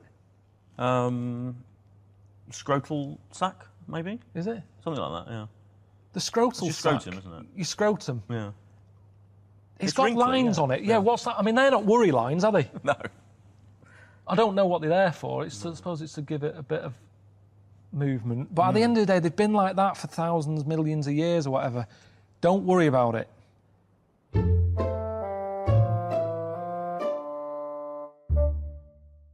Do you go to the toilet in front of each other? What I mean is, I don't say I'm going, do you want to come and watch? Right. But what I mean is, I don't bother locking the door and sort of wondering about noises and stuff. Okay. A lot of people are having a good deal of fun, including these two gents, Russell Brand and Ricky Gervais. Try and behave yourself, gentlemen, if you can. Do that again and do the names. No, I'm not doing it again. That's fine. Like he's Russell Brand, I'm Ricky Gervais. No, I think people can work this out. Yeah. I think people can work it out. The short one and the tall one, so don't worry about that. Now, as far as you're concerned... Which is which? I don't know, I haven't worked that out yet. As far as you're concerned... That's his attack. That's his first attack on you, Ricky. Oh, What's he going yeah. to say about me? Right. Okay, should we talk about something else now? Yeah, go on. Okay. After Climate you. change, all right? Okay. Are you here tonight just to enjoy the content? I'm not here to tonight. do the job. I'm You're not even here tonight. He is. This is He live. is. This is pre-recorded. Right. Okay. Well, this is all going horribly wrong. You isn't asked it? us. I know. I did I'm warn you. regretting it now. I'm Yeah. regretting it now. No, it's a pleasure to be here, and everyone here is an absolute professional. Except him, he's a shambles. Are you drunk? Not yet. Not yet. Now, climate change then. You know, is it something that you're interested in, or are you just here for the booze? He's not holding that microphone. Perched. I should tell you what his other hand's doing. All right, no, never mind. Look, it's holding this, so don't worry about that. Don't believe everything you hear from this man. So I'll ask you, climate change. Is it something you think seriously about? You're the preferable one. Right. Imagine that. Someone Yeah, would you've rather got- talk to you than someone else. This Go on. is quite a mark on your character that he's turned to me. Yeah, I do, of course I care about climate change. Now, as individuals, we can do an awful lot. You, for example, you're going to have to change the way you're living your lifestyle. Don't look all cynical. And how do you know how I live my lifestyle? No, look, the it's idiot. important. It's He don't like care I go about around nothing. killing turtles for a laugh. He does do that. So climate change and my lifestyle. Your lifestyle, particularly the way you turned up here on a jet bike, making women pregnant on his team just for a jolly. That was a vicious rumour. You're like a modern-day Jack the Ripper, you are. Right, thank you. Oh, that's... Oh dear, bring back Keane. Right, okay, but seriously, guys. Okay, no, seriously. Do you really think that this sort of concept makes any difference whatsoever? There's a message out there, climate change. You guys are here having a good time. Everyone else is in the audience. Do you think it's significant? It does make a difference because a lot of the acts were flown in by private jet. So that's added to the emissions no end. Right, okay, so it's a bad thing then? I just want people to let That was Nelson a Mandela joke. go. Yeah, as soon get as him get him out. And Maggie. Let Mandela go. And Charlie from Big Brother. Charlie's got to be freed sooner or later, one of these days. Well, yeah, I think if all of us as individuals do the occasional thing, like me now, I can make you happy. Just a little shove there. You see, it's made a little difference to the world. By doing small things, we can make a difference. We don't have to do a big Small things thing. like him. We don't have to... Yeah, no, I think that's right. I think that's right. I don't clean my teeth now and let the tap run. I don't do that. No, exactly. I don't clean my teeth. I recycle. But I don't. Do you find it hard walking through busy built-up areas now? We have to have a car with blacked-out windows, don't we? And that adds to it. I used to walk Right, well, everywhere. you have to walk everywhere. Go on rollerblades or something. Yeah, now they shout, "Do the dance." To you, which is weird. And I can't do the dance, you know. Of course you can. Go on. I'm not really well.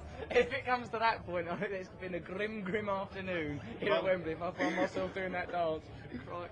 I think I've actually had enough of all this now. I can't get any sense out of these two at all. Good, Well, listen, sorry. thank you for joining us here on Sky News. You've been an absolute pleasure to talk to. Now say the truth. Turn the light off. Back to you in the studio. What I was thinking about is, what is the closest thing sort of living that's nothing? I don't know what you mean. What? What's like the closest, like, do you know at some point something's gone from nothing to something, hasn't it? No, I don't understand what you mean. Something, at some point people were nothing, and then something happened and there was something. Do you know what I mean? But they were never nothing, were they? Do you mean what is the first and lowest and most primitive and most simple form of life? No, He's right here in this room, Rick. say like when you look at a stick insect, right? You go, right, there's a slight crossover there from a stick to a living thing. No, it's not. It didn't used to be a stick. No, it's not.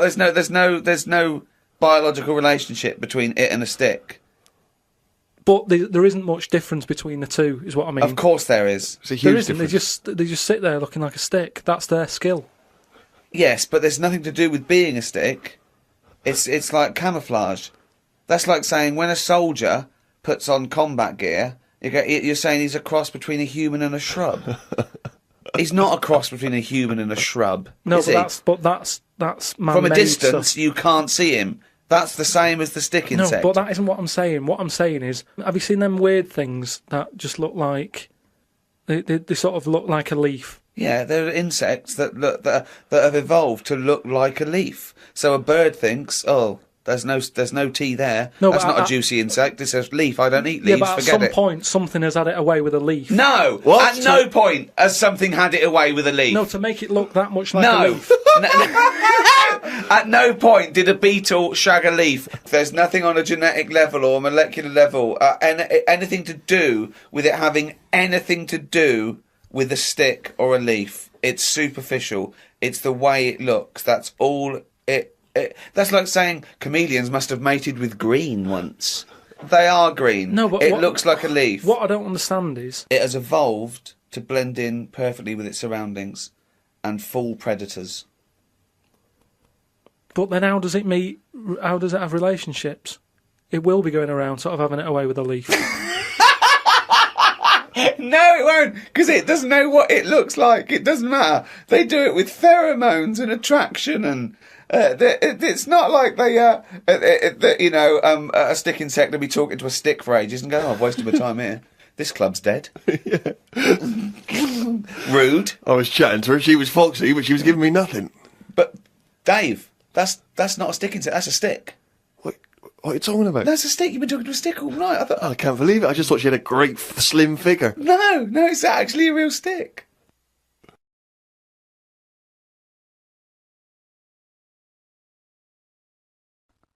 I'm not a champion of Rockbusters, as you know, but I think it's overstayed its welcome. But I think Carl's just giving the fans what they want here. Okay. It's a popular thing, isn't it? Got some good prizes. The press are behind it. Let me tell you what the prizes are.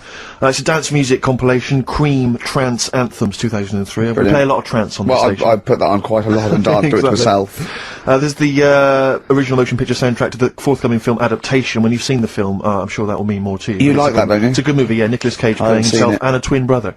And it's written by it's directed by Spike Jonze. Joined at the, what? No, they're not joined at the hip at all, or at the face. And we've also got the best one-hit wonders album in the world ever. What have we got on there? We've got things like The Crazy World of Arthur Brown, brilliant.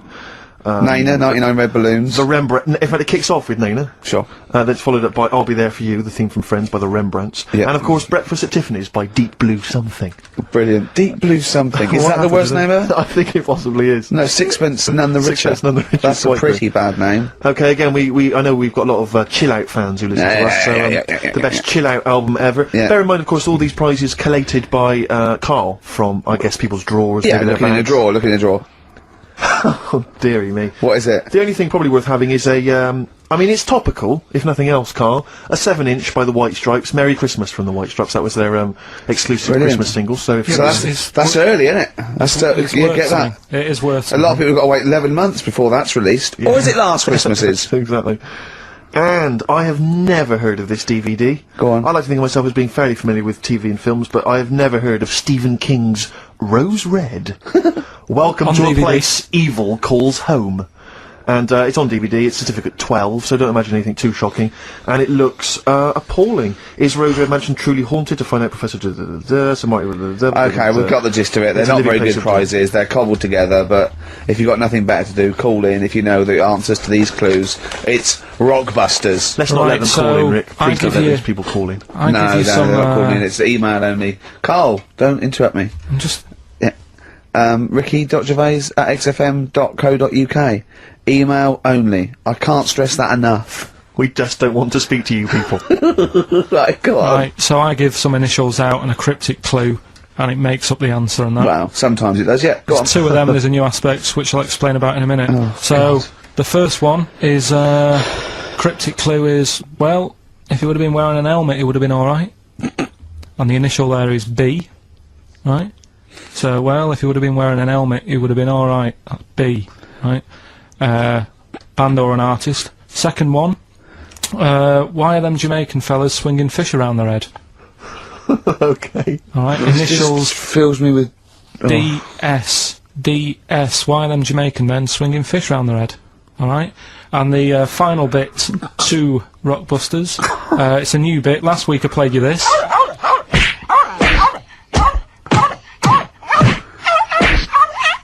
His face goes along with it. That's someone beating up a dog. That was Smack My Bitch Up, right? So here's some sound effects and that, and they make up a song. I can listen to him talk all day. Let's have a listen to the effects.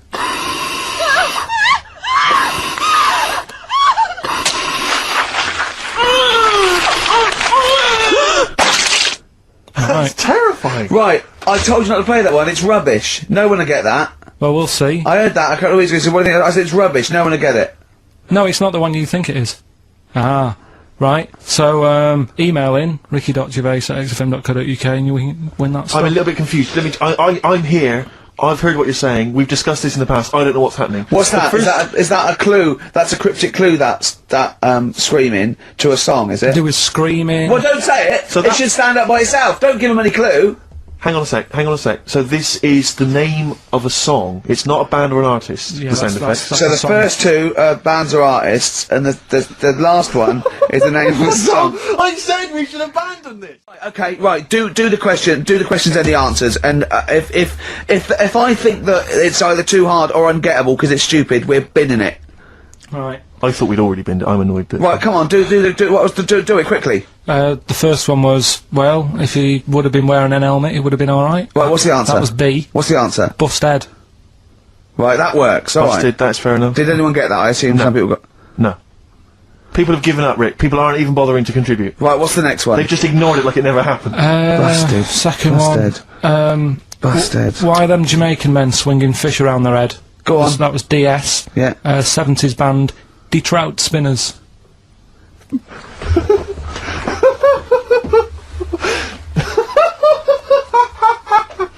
The Detroit Spinners have become the D-Trout Spinners. Yeah. Okay. Brilliant. And then the final bit, I play you some effects. They Let's went hear like this. this. Let's hear this. It's terrifying, Carl. It's simple. Well, what's happened there? What was happening? No. What's the answer? That was Born Slippy. The woman was having a baby. The doctor tried to grab it. It fell onto the floor. That's in your head, Carl. That's just a load of screams. That's in your head. Oh. Do you know what? I haven't even got onto Born Slippy. I'm still on the Trout Spinners. Well, let's put a song. That's it. I don't know what to say. It was recently announced that the lifespan of the 3DS is coming to an end. You'll no longer be able to make purchases on the 3DS eShop by March of 2023, and the closeout's coming in waves starting in May. So I'm going to go ahead and make a video highlighting a checklist you might want to run through before the 3DS eShop closes, since you won't have it for long. This video is really going to be for those of you who like the 3DS and its library, maybe aren't into emulation, and want to be able to play games that may go unplayable in a legal format forever after 2023. We're going to start with some freebies you can get, and then move on to my recommendations for what to buy before the eShop closes forever. I am a hardcore collector, so this list is long. This list is basically anything I found of any gameplay value on the 3DS or Wii U eShops. This checklist is based off the North America 3DS eShop since I'm in America. Now don't panic buy or make rash decisions since you have some time left, and the list of actual exclusives to the eShop is limited. And another thing, do you have a My Nintendo account and a Nintendo Switch? Most non-DLC purchases on the eShop can get you gold points on your My Nintendo account to spend on the Switch eShop, but only if they're properly linked. I didn't realize my accounts were not all properly linked before I made the bulk of my purchases, so I definitely missed out on some big cash, but you can still earn some points to use towards Switch purchases. So I'm going to go in order of what I believe is important. Even if you don't have a huge budget for gaming, there are plenty of freebies you can get as long as you have a 3DS, a memory card, and an internet connection. One thing to note before I dive into the freebies that are being offered is that you will want to upgrade your memory with an SD or microSD card if you haven't already. The 3DS internal memory is piddling, and even the freebies will warrant more than a 16GB card if you want them all. While some sources give the official supported maximum as a 64GB card, you can actually use a 128GB card like I do, as long as you format it first. If you really want to experience the 3DS's digital library the intended way, or are a big game collector, I suggest investing in a decent sized card. One other thing to note is, while you can get SD cards to raise overall storage, DSiWare is limited to only being executable from your completely limited system memory. You can still back up the game's files to an SD card so you'll never lose them even when offline, but it basically boils down to only having a set number of DSi games playable at a given time without swapping them out in SD storage, thereby losing their save file. This really hurts RPGs and high-score based games, but there's not much you can do without homebrew or jailbreaking, and you can still technically play any DSi game at any given time, you'll just lose save data when you swap them back and forth between memories. I broke the list of freebies down into categories: single player, multiplayer, either, tools, trailers, and themes, and we're going to tackle single player games first. If you like Pokemon, you're in luck. There are 6 Pokemon freebies, and I'll start with my favorite, Pokemon Shuffle. While this one, Picross and Rumble World are free to play with in-app purchases, they really are playable for free, which is what we're going to have to deal with once payments go offline. This is especially so for Pokemon Shuffle, which I've been playing since it came out many years ago. I can't remember ever spending money on it, and there are numerous guides to catching and training top-tier competitive teams floating around. I do say competitive in quotes since the competitions are for high scores, but you'll also want guides for the single-player content. Especially for puzzle lovers, I recommend this one. Despite being another puzzle game, Pokemon Picross is a different story. While both have their similar elements of waiting to play unless you pay, Picross is a little less exciting and has less overall content than Shuffle in my opinion. I do like Picross, and I do like this game overall, but I'd say Shuffle is more of a priority if you're struggling with block space. Still, it's free, and you can get the same feel of catching Pokemon that you get from other games, to a smaller degree of course. Now if you want more action-oriented gameplay as well as that catching and collecting kind of feeling, Pokemon Rumble World's a great free-to-play game which features actual Pokemon battles in real time. This one has good content even for free. Do be sure to check out Rumble U on the Wii U, which is exclusive to its eShop and uses these proto-amiibo figures. That brings us to the Pokemon Special Demos: Detective Pikachu, Omega Ruby and Alpha Sapphire, and Sun and Moon. I never played Detective Pikachu, but there is a special free demo version of it on the eShop that takes you through some of the basic gameplay you can expect in the game. Unlike other demos, the demos I'm listing here can be used infinitely with no restrictions like the non-special demos with limited times to use them. Maybe you only get a little content out of this detective demo, but you can always revisit it later, a special property among these 3DS demos. Likewise, there are two semi-legitimate Pokemon experiences in special demo form: the Omega Ruby Alpha Sapphire demo and the Sun and Moon demo, which similarly have you playing some small missions in their regions and enact real Pokemon battles. You can gain experience, and you can even send special Pokemon or other gifts to the full game version. Nothing spectacular of course, but an unlimited use demo that lets you experience Pokemon and can interact with their full counterparts is worth downloading if you can stomach their high storage usage. That's it for the Pokemon content among the freebies, but they're all worth trying out, at least since they won't be obtainable after March 2023 if you haven't downloaded them once before. I'll briefly go into the other single-player special demos now. The Puzzle Dragons plus Mario Bros. Demo version is another puzzler with some RPG elements. I never bought the full game, but this one is more free and limited use puzzle gameplay for those wanting a free way to spend their time. If you liked the RPG entries listed so far, then you should try the Bravely Second demo and the Monster Hunter Stories demo for a good amount of content in a fantasy RPG setting. I believe the Monster Hunter demo can transfer progress over to the full version as well in case you get hooked. WarioWare is especially fun for small bites of time, which makes the WarioWare Gold special demo entertaining for much longer. That's it for the single-player demos, but there's more single-player free content in the next few apps. Now we're going to talk about Stretchmo and Rusty's Real Deal Baseball. Both of these games have one thing in common, which is that they come with a little playable demo, again unlimited use, but encourage purchasing gameplay packs in different ways. For Stretchmo, you can purchase a few different worlds, each with puzzles to overcome. Stretchmo and the rest of the games in the series are all entertaining and adorable puzzlers, so I paid for all the worlds. If you don't get hooked on the free demo it offers, then maybe delete it to make some space. Similarly, Rusty offers a baseball demo, but you can buy other baseball-oriented games and even get items while playing to try and haggle with them on real money prices. The baseball demo's cute for a moment, but if you like the gameplay, definitely buy Cage Match for challenging hits, Volley Bats for local multiplayer action on a single DS, and Batmaster for crafting custom bats to use in the other games. One of the best things you can download for free is the Nintendo Badge Arcade. I swear this thing is rigged, but it still offers free plays every day to try and obtain special decorations you can use on your home screen, making a house a home. You can definitely obtain most badges with the free plays it gives you, as long as you have more skill than I seem to. Regardless, the ability to decorate your 3DS home screen for free is a must-have, even if this monster takes up so much space, even more than it says up front, kinda like hidden fees when you're buying a car. Another must-have in my opinion is the RPG Maker player. If you have RPG Maker FES, you can make your own RPG games for the 3DS and upload them online. But who cares, since you can download this for free and play all those uploaded games. Are they all good? No. But there are some good ones, and you can filter by rating and popularity and get some free RPGs to spend way more time on than the aforementioned demos. If you enjoy RPGs, or even visual novels and puzzle adventures, you gotta get this one and stockpile up to 16 free games.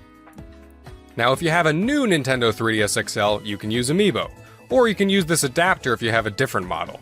If you can use Amiibo and own at least one Amiibo, then you should download Mini Mario and Friends Amiibo Challenge, another puzzler in the Mario vs. Donkey Kong series that uses Amiibos to unlock levels. If you scan compatible Amiibos, you can get great content out of this one. This one's also available on Wii U, so if you want to save space on your 3DS, you can just get it on Wii U instead. And if all that appeals to you, then also check out Amiibo Tap on the Wii U as well for similar content. Lastly on the strictly single-player list is Miitopia Casting Call, which is less of a game and more of a little interactive comedy demo. Funny and worth having if you have oodles of space on your card, but definitely not a priority for regular gamers. Alright, now for those of you who care about multiplayer or may own multiple 3DSs, these games are focused on multiplayer and use local multiplayer so they can be used indefinitely and offline. First up is the Zelda Triforce Heroes Special Demo. Now this one only has one playable level in this demo version, but if you have friends with 3DSs, it's fun to mess around as 3 links for a while. However, the priority member of this smaller list is Metroid Prime Blast Ball, which feels more like a full game, since it's more of its own game meant to spread the word about Federation Force. This can be played 3v3, or you can have bots fill in if you and only one friend are playing. Think of a smaller and somewhat clunkier Rocket League, with mechs firing energy beams at the ball to make goals or destroy opponents. You can even unlock skins. Worth having if you have a friend with a 3DS, since this kind of gameplay has replay appeal. This next one is a little less important but still pretty valid. Mario Party Star Rush is an underrated Mario Party game, and if a friend has one copy, you can use this app to join in a multiplayer game. Useful if you and a sibling have only one copy between you so that you can still play as long as you both have 3DSs. It also comes with one minigame you can play right out the gate for practice, and you can actually level up your profile and transfer that save data over if you do get the full game. Now for the list I call Either, which contains games I felt could be played alone or with friends in meaningful ways. I'll start with Monster Hunter 4 and Monster Hunter Generations, which have a few levels each you can adventure and fight monsters in, either alone or with friends. They each have much more content than the Zelda experience, since that was focused on a limited-time online service and supports 4 players instead of just 3. Another free-to-play game with in-app purchases is Team Kirby Clash Deluxe, which has fighting gameplay from the Kirby Clash title mixed with some light RPG elements, and multiplayer mode for cooperative missions. Nothing crazy when compared to a lot of other MMOs, but it has single-player gameplay and cooperative gameplay with gear to collect and challenging bosses to take on. Lots of content here if you're willing. If space isn't an issue, then you should also try the Kirby Battle Royale special demo. After playing a short story demo, you can play a few single-player and multiplayer challenges each day, and even unlock a new game type and new ability, and then send points to the full version if you get it. Then there are 2 games which use the Rusty and Stretch Mode model. Ironfall Invasion offers a free demo mode which has a single-player mission and a limited multiplayer mode. You can buy the unlocked content for $20, but I say don't bother. The single-player mission isn't anything to shake a stick at, but if you and friends want an over-the-shoulder shooter for local multiplayer, you can have 6 players duke it out with the machine guns and grenade launchers. If you have a new Nintendo 3DS XL, you can even use the C-Stick for a pseudo-dual-stick experience. Definitely worth downloading if you know some people who like Gears of War Lite on 3DS. Similarly, Steel Diver Sub-Wars, the sequel to Steel Diver, has a similar premise, where you have shooting-based gameplay that can be played with local multiplayer groups. You can purchase the unlocked content for only $10 and even buy some extra submarines from a separate shop if you just want some extra content. But even just for free, you get 2 single-player missions and a great time in multiplayer. I put 2 more apps on this list as Either, but they're less games and more of a replacement for PictoChat on the old DS system. SwapNote and SwapDoodle are these drawing applications that can be used to exchange notes with others, or at least SwapNote used to be. Now it just saved any notes you had from before the service went down in favor of SwapDoodle. You can still use it like a drawing tool and save your notes though, so I kept it. SwapDoodle is the newer and still functioning form with a free starter pack for extra note save slots and some other extras available. In SwapDoodle you can still send notes to others, and there are purchasable packs of different lessons and tools, some based on Nintendo properties. Not a priority by any means, since fewer and fewer people will use these apps and other features like Spot Pass and Street Pass, but worth having if you have tons of empty space. Now the less fun stuff. Tools! These are utility apps that serve some minor functions. The Monster Hunter 3 tool is mostly used to move save data between the 3DS and Wii U versions of the game. Similarly, the Monster Hunter Generations tool can move data to the Switch version from the 3DS. The Save Data Transfer tool is for moving save data from a physical version of a game to a digital version of the same game. Don't sweat these ones too much unless you own a Monster Hunter game or have both a digital and a physical version of another game. However, if you care about Pokemon, you will need to download the Pokemon Bank and Transporter apps.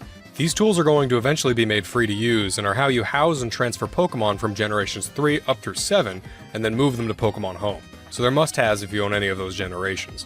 Furthermore, if you have the Virtual Console version of Generation 1 or 2 games on your 3DS, this is used for their transfers as well. You can download the Poke Transporter app from within the Pokemon Home app itself.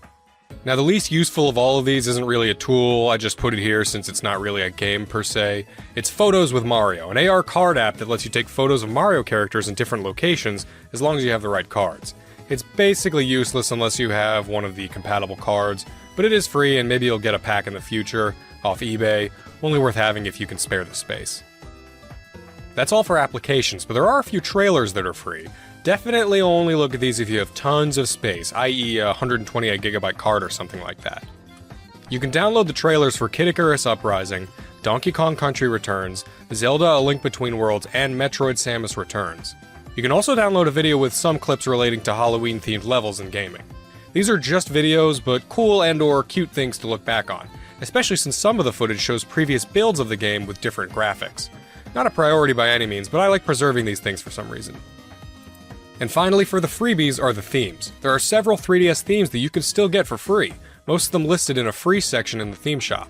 However, I found one bundle of themes that was free but listed instead in the game-specific section, the Gurumin themes. I'll touch on Gurumin later, but it's an adorable game and the themes appear to be free for everyone. I thought at first it was because I had Gurumin 3D purchased, but I do have some spare 3DSs with different accounts on them and it was free on each of them too, so you should check it out. The other free themes are neat too, more interesting than basic colors in my opinion. And while you're here, buy any other themes you would want to since it won't be possible down the road. I want to mention one more thing before I go into my recommended picks for the eShop. These are not immediately going away, but for those of you who have the space, you should consider downloading updates to popular games that you may get down the line, or games that you have now. These can be found by filtering the search and putting the max price at 0. Some of these updates improve stability or fix glitches, and one day they may go away. But no pressure since they're not in any immediate danger. Just something to think about. Oh, and I wanted to mention 2 other little free things that you can get if you haven't already.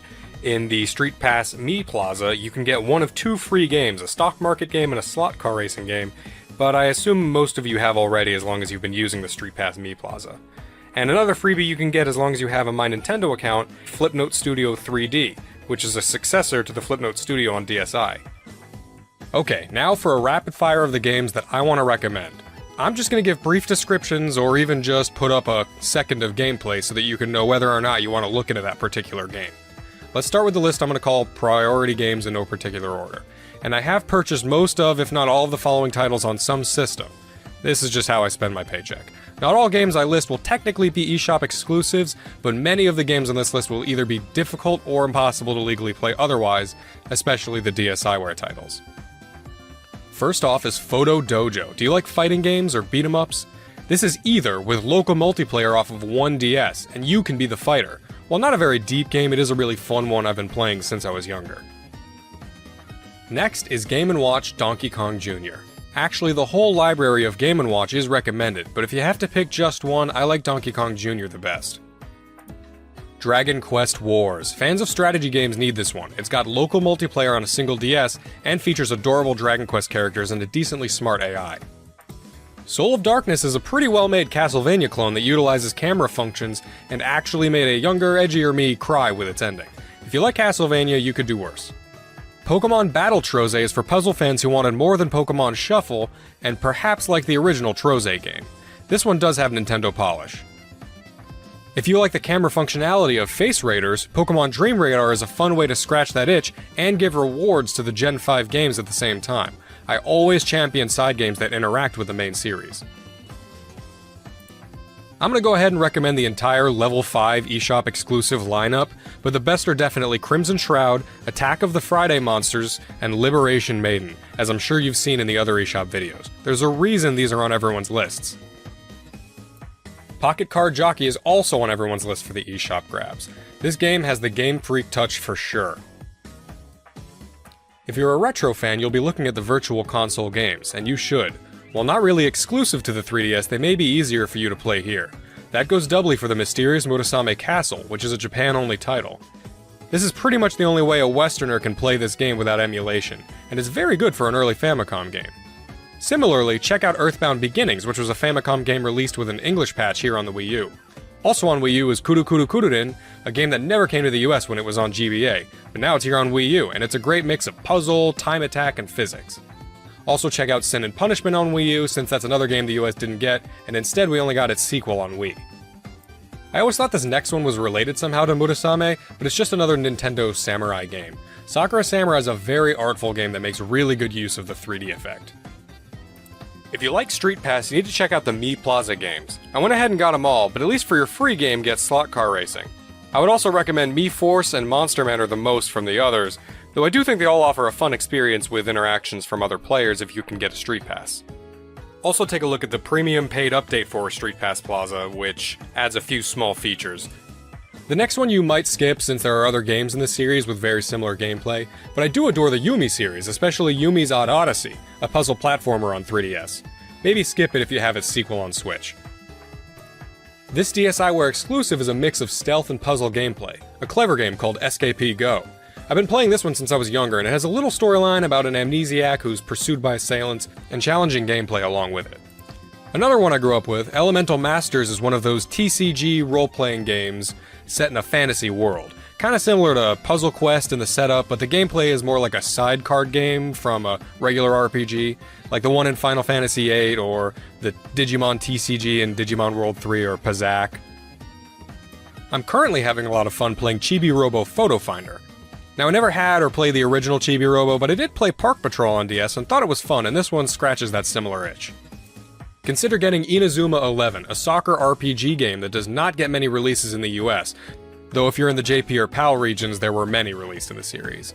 I love when RPG elements and stories get mixed with non-traditional setups like sports or random careers. Take a look at the other members of the Pushmo series, like Pushmo and Crashmo, if you like Stretchmo enough to buy the level packs, that is. Also check out Pushmo World on Wii U. I'm addicted to them all right now. Also, if you do care about Pokemon, then grab the Game Boy and Game Boy Color Virtual Console versions, since they have connectivity with the other games, as I mentioned before. Long story short, this is the only legit way to transfer Gen 1 and Gen 2 originating Pokemon up to the new games. It's also one of the only legit ways to shiny hunt Celebi, since Crystal comes with the special Celebi event preloaded. If you like the BlazBlue series, consider the DSiWare game BlazBlue or the 3DS game BlazBlue Clone Phantasma. Neither's amazing, but still decent side games for lovers of the BlazBlue story or already own a game like X-Blaze Code Embryo on PS3 for the story.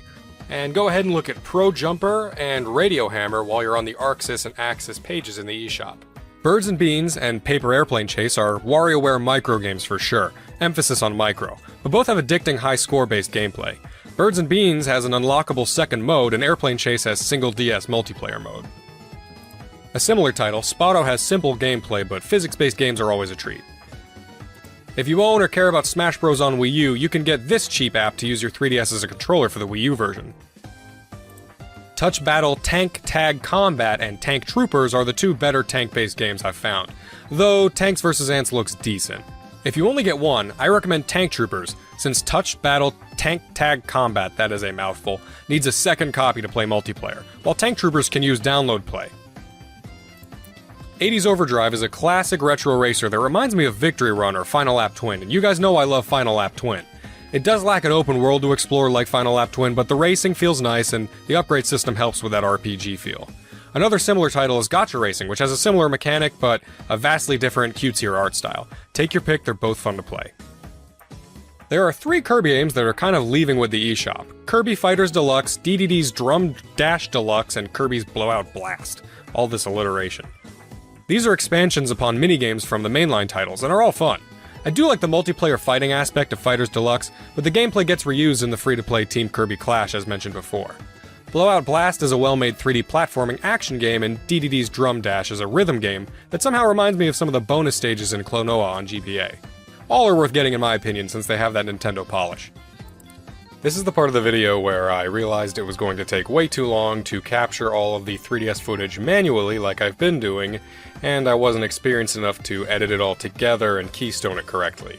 So from here on out, we're mostly going to be looking at the 3DS eShop listings and other very small clips, and I might have to cut some things down. But we're going to get all the names out there of the games that I think are important. Another rhythm platformer everyone's talking about is Harmonite, which I personally think may be a little overhyped, but I still think it's a great game, and it's a shame it's going away. take a look at Maestro Green Grove as well if you have the system storage to spare. There are a lot of good shoot-'em-ups that will be going away. Karis, the Beast of Re-Eden is not an amazing game, but is based on a Japan-only shoot-'em-up that we didn't get here, and I love it when games get this import treatment years later. Another game to get a similar import was Rekka, which is an astoundingly hard and fast-paced game. The Turvy Strike Back is a unique game in which you turn the DS upside down to play, and has single DS multiplayer mode. Can you tell yet that I love single DS multiplayer mode as a feature? I really liked Advance Wars back in the day too. Galaxy Saver is another well-made shoot-'em-up which does have local wireless play, though 2 copies are needed. Still, single player is worth its price tag. Nano Assault DX is another one I've had for a while and gives a unique spin on the genre and has good 3DS effects for those who actually care. Also check out the litany of shoot-'em-ups under the GG label. Search for the publisher Good Vision Corporation, as most are well-made. They're pretty cheap, though they lack all the extras, modes, and pizzazz of some other titles. Still, cheap and fun for most games under this label, and they're not just shoot-'em-ups. Also take a look at Kokuga, Chain Blaster, and Steel Empire. And while not really a shoot-'em-up, Affordable Space Adventures on the Wii U is a great game with co-op gameplay, flying a ship around dangerous space. Though you can get this next action-adventure title on other systems like the PSP, the 3DS version of Gurumin 3D does have a unique feature in the 3D visuals, something which can be said of any game ported here, but Gurumin is also a terrific and cheap game which often goes on sale. Fans of puzzle and adventure visual novels should try out the Parascientific Escape series and Cold Case Investigations Distant Memories. I loved 999 on DS, and these help scratch that itch when I'm on the go. For golf lovers, especially those who like golf games with mild RPG elements like I do, look at Fun Fun Mini Golf Touch, as it's cheap and has plenty of unlockable options and upgrades. Also look at Let's Golf 3D and True Swing Golf Express for similar features. Here's an odd one, I don't know how to classify this. Alien on the Run is kind of an action game that has a weird but comical premise with fun gameplay and a pretty cheap cost. I'd be remiss if I didn't mention the Mario vs. Donkey Kong games we're losing. I loved the original Mario vs. Donkey Kong on GBA as a kid, and also played a bunch of Donkey Kong 94. Minis March Again features a Lemming-style gameplay and has a level editor adding replay value. Minis on the Move brings the series into a 3D space and has unlockables as well as over 200 stages. Tipping Stars is slightly expensive for this list at $20, but you get a Wii U copy as well. The aforementioned Amiibo challenge is part of this series, but like I said, it's free as long as you have an Amiibo that works with it already. One thing to note about Tipping Stars is, unless they patch it before the shop goes down, you can't actually unlock everything in the game. There was an unlock feature in there based on the Miiverse, which is now offline, so you have to pick what you buy in the shop. Kinda sucks, but maybe they'll fix it. Either way, it's still worth grabbing for the single-player content. Now, if you're a fan of puzzle games and Dr. Mario, take a look at Dr. Mario Express for a cheap way to play the original game, or snag Dr. Mario Miracle Cure for extra gameplay modes. And then also check out Dr. Luigi on the Wii U. I never got into this series until now, but the mix of action and tower defense in the Dylan series is interesting. The third game is quite expensive at $40, but is probably the best of the 3. Still, they're all good and going to be gone forever until further notice. Die-hard fans of the WarioWare series should get WarioWare Snapped. This one uses the camera as its sole control scheme, like the Kinect, to mix results. Even though it's short and maybe a tad off kilter, it's truly got the spirit of WarioWare, and like the other titles, even messing up on it's funny. Similarly, Face Pilot is like Pilot Wings, but with your face as the controls, and probably controls better than the Kinect. Alright, so now I'm going to go into a long list of RPGs. Action RPGs, traditional JRPGs, and everything in between, since there are so many on the eShop and I just can't stop buying them for some reason. Many of these go on sale frequently, and I'm a sucker for RPGs and would recommend any of these really. Naturally, you're liable to pick one or two from the list and you can't go wrong. Okay. Xenonia, Ash, Machine Knight, Infinite Dunamis, Cronus Arc, Alphadia, As Divine Cross, Unlucky Mage, Brave Dungeon, Cristorino, Journey to Crazia, Legna Tactica, The Abyss Quartet, The Witch and Hero series, the X-Cave trilogy, The Legend of Dark Witch series, Demon King Box, Bonds of the Skies, Dragon Sinker, Faerun, Crystal Adventure, Kingdom's Item Shop, Adventure Bar Story, Adventure Labyrinth Story, Symphony of Eternity, Dragon Lapis, Crystal Monsters, Pick Dun 2, The River City series, Weapon Shop de Omasei, Absolute Baseball, Ikachan, The Keep, the Denpa Men series. Now, I don't regret buying any of these, and I am being completely honest, though I'm a bit of a collecting nut. If a bunch of random names being thrown out at you didn't grab your attention, then at least please look at Weapon Shop de Omasei and the Denpa Men games. Weapon Shop de Omasei is a comedic rhythm RPG game about being the guy who forges weapons for traditional RPG characters. This one is a funny one to play right after playing one of the traditional JRPGs off this list. The Denpa Men is a great one where you can use the camera to capture little flying green screen technicians and form a dungeon-going party. Also, I want to mention Unchained Blades here. It is on the PSP, but we all know about the PSP shop, so maybe grab it here since it's a great dungeon crawler in first person with huge battles. Okay, cool. I'm gonna take a break from the RPGs. Here are some other mentions. Xscape is a sequel to a Japan-only shooter which pushed graphical limits back in the day on the Game Boy. This one isn't pushing any limits now, but it reminds me a lot of Red Alarm on the Virtual Boy in like a good way, so you should check it out if you like those. It's also very Star Foxy. Sky Piece is a game about boarding in the sky and getting high scores. It's pretty addicting. Super Strike Beach Volleyball is a cute little volleyball game, and I know that doesn't sound mega interesting, but I swear, I love these simple little games as a break in between serious games. The Queen TV Game 2 is a really indescribable game, and with profanity, but for some reason it was only 2 cents, so yeah, I bought it, and you can too, for 2 cents. It's basically free. There are some Ace Attorney games that are only on the eShop and on mobile, so unless you want to play those on your phone or wait for the remaster, then get it here. Lionel City Builder 3D is another relaxing game, and it's about trains. Enough said. Pirate Pop Plus is a simple game that reminds me of old LCD games like the Tiger Electronics games. It's cute, and I think the pirate is the same guy from Runbow, but I could be wrong about that. Conveni Dream and Gourmet Dream are also simple, relaxing, little cute shop management games, and they're always fun to have on the go. Resident Evil The Mercenaries 3D is not really exclusive here, but the only other versions of the game I could find were the iOS versions, which only work on the older iPods anyway. I did buy it on my old iPod back in the day, and it is a fun one. So yeah, it may as well be exclusive to the eShop, and this version does have 3D capabilities anyway. Not so many shooters on 3DS, but if Ironfall's demo was enough for you, then you're probably fine without it. The Electroplankton series is a weird one, but they're exclusive here and all pretty cheap. At least get Hannenbau since they made this one into a Smash Bros. Stage. The Mighty series has a couple games exclusive here, like Mighty Milky Way and Mighty Flip Champs. All of them are quality platformers. Ancient Tribe is another cute little game that reminds me of Populous, if anyone remembers that one. Amiibo Battle is a different vibe, but also checks off the RTS-style gameplay. Moki Moki is a simple party game, but also has download play, so that makes it worth it to me and my extra DSs. Fighting/beat-em-up Cosmo Fighters also checks this box, and I love fighting games where only one copy is needed, like most fighting games on console. Man, more stuff should have been download play. Mononoke Forest has a similar aesthetic feel to Moke Moke, but their gameplay is completely different. Very cute though. The Spirit Hunters duo are like the Denpa Men, but if you like creatures better than weird men, then look at these ones. After Zoom is a similar concept, but the art's probably somewhere between Spirit Hunters quality and Denpa Men quality, which I didn't really like the Spirit Hunters creatures personally. Animal Puzzle Adventure actually got my attention for having a unique puzzle style. Another great puzzler is Banana Bliss Jungle Puzzles, which has you competing with your previous times and looking for hidden bonuses while trying to math out some platforming puzzles. Zombie Panic in Wonderland DX is a deluxe version of a WiiWare title, so if you're feeling salty that you missed some of the stuff on the last Nintendo Shop's death, you can save this one on the second go-around. A comical shooter that reminds me of Wild Guns and has good music. Another zombie game I like is Undead Storm Nightmare, which is a top-down shooter with download co-op. I love these kinds of games now more than ever. You should also check out Zombie Incident, and while you're on the Colavier publisher page, look at Words Up Academy, Monster Combined Tower Defense, Comic Workshop 2, and their aquarium games Deep Sea Creatures and My Aquarium 7 Oceans. This publisher has a lot of cute games, which I'm kind of a sucker for. Puzzle Labyrinth is a great first-person puzzler. Dot Eater's another first-person style game, but instead of puzzles, you basically become a first-person, time-traveling Pac-Man.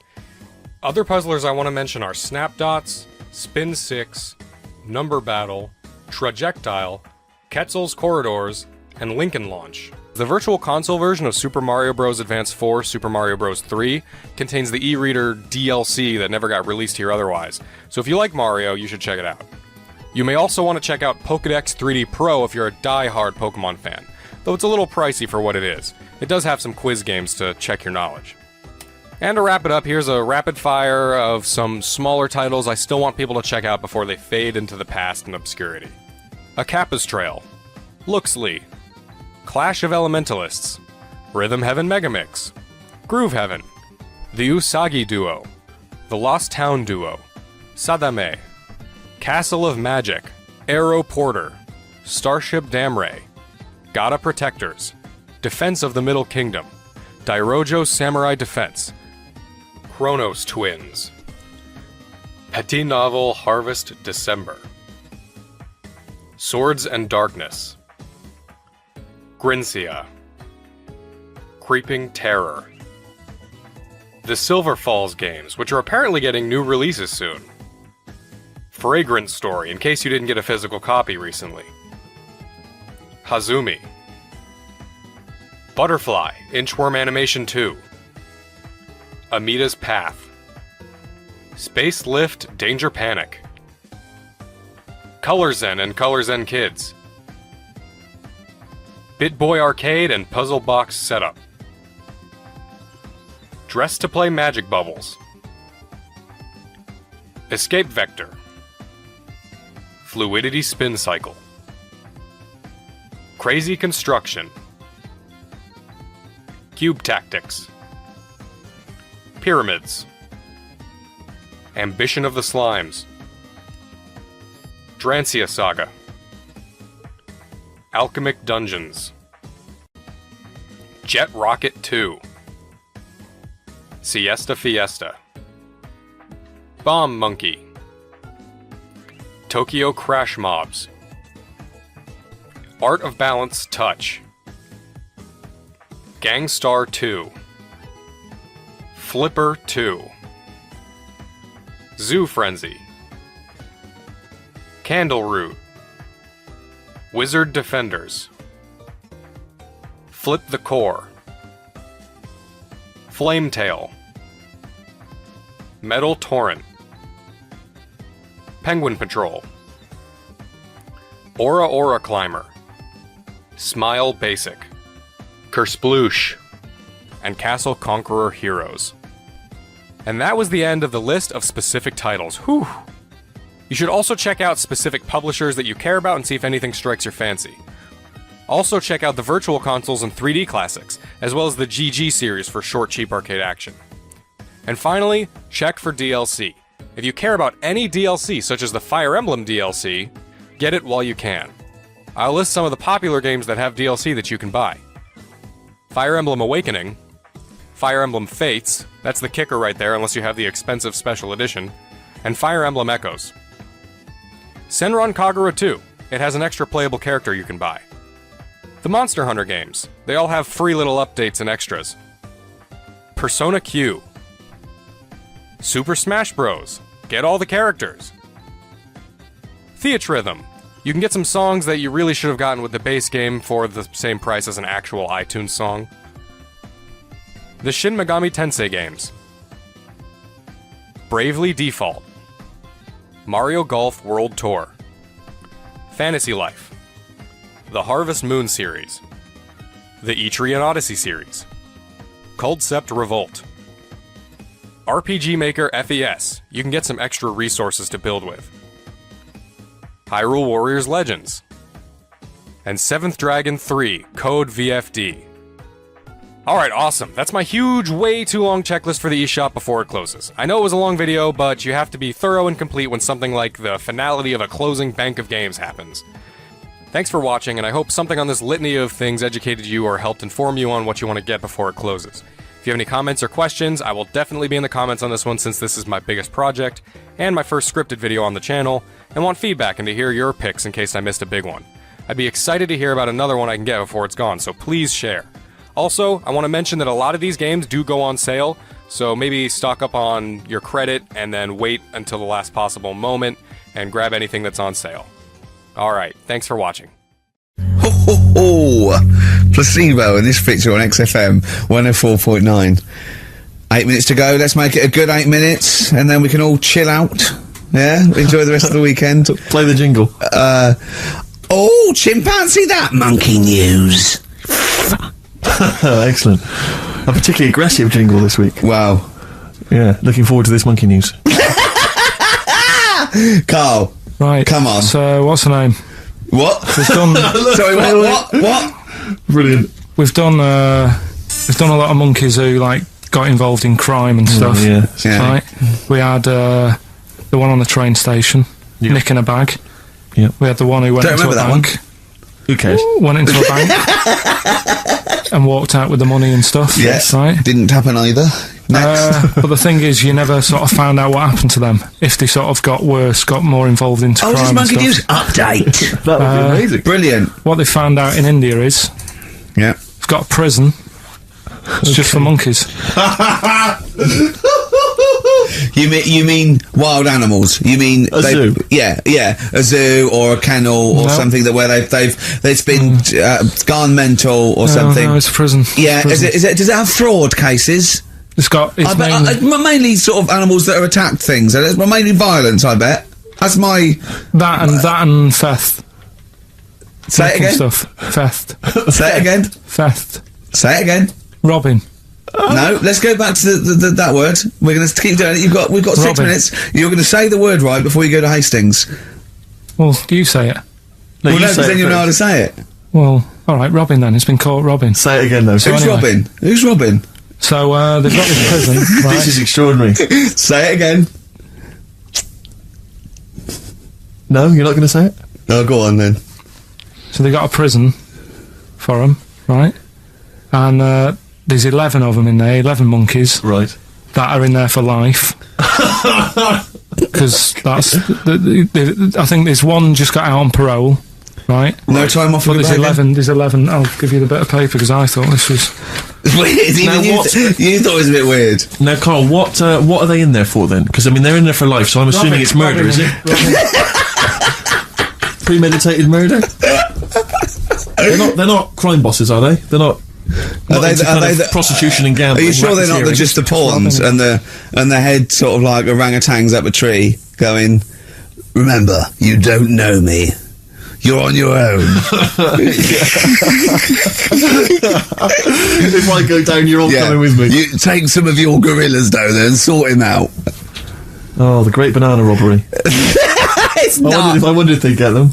Right, go on then. Okay, let me see. Now, I don't know what source this is, as ever. Is it just the back of a fag packet found in a toilet? Well, no, I mean, someone's clearly... If this is nonsense, then someone's clearly gone to a lot of effort, because it does open with the headline, Parole Unlikely for Inmates of Monkey Prison. Yeah! Officials say 11 inmates at India's only monkey jail. Officials? Now, what kind of people work at a monkey jail? Where do you work? It says officials say 11 inmates at India's only monkey jail are unlikely to ever be released. The prison in Patilia houses monkeys apprehended by game wardens in Punjab state for thieving and attacking people. The Daily Telegraph reports how the monkeys at the prison in Montevideo snarl and glare at visitors from their heavily barred cages. 2 monkeys were released a year ago after exhibiting good behaviour for 18 months in the jail. They have remained out of trouble. Prison can work, that's good. So all 11 monkeys... They were aggressive wild animals that were taken away from the public for their own good. I'm robbing and that. Wildlife officials believe part of the problem has been caused by thieves training monkeys to help them. Lorry drivers training monkeys as guards for vehicles, and itinerant entertainers using ill-treated monkeys as part of their act. It's the monkey that takes the rap. It's a shame, that, isn't it? That is awful. They didn't know what they were doing, did they?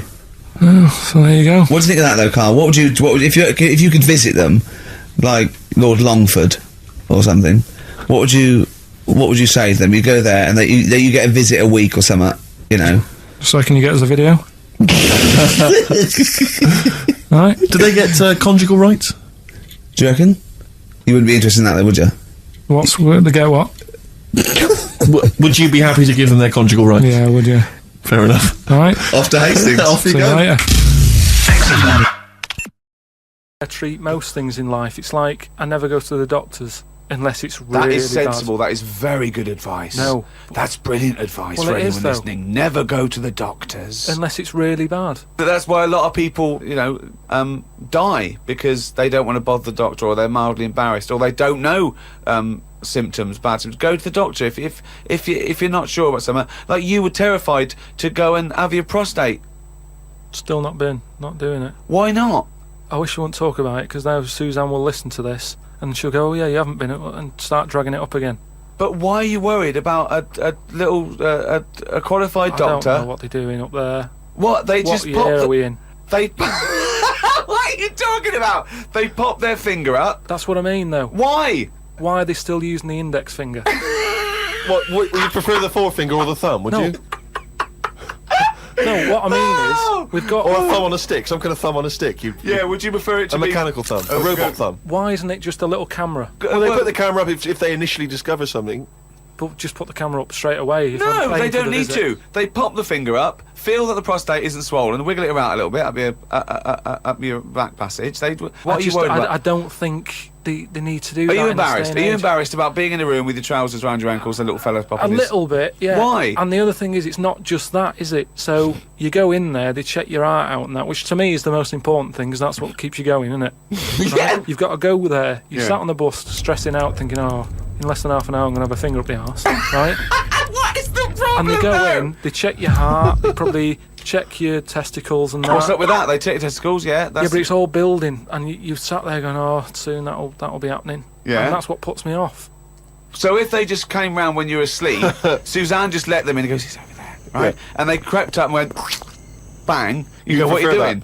I just don't understand why they don't teach you how to do it yourself. How can they? Wow! How can they teach? Imagine you squatting in a corner with one hand on your bollocks and the other finger up the arse going, it seems to be all right. Carl, you don't understand the phrase "a stitch in time saves nine." I don't think you should be doing any kind of invasive medical research in your own human body. But then who knows what trouble you're going to cause? No, but then at least you would get stuck. Yeah, you would get stuck. Suzanne would come out. Your fist would be up your own arse.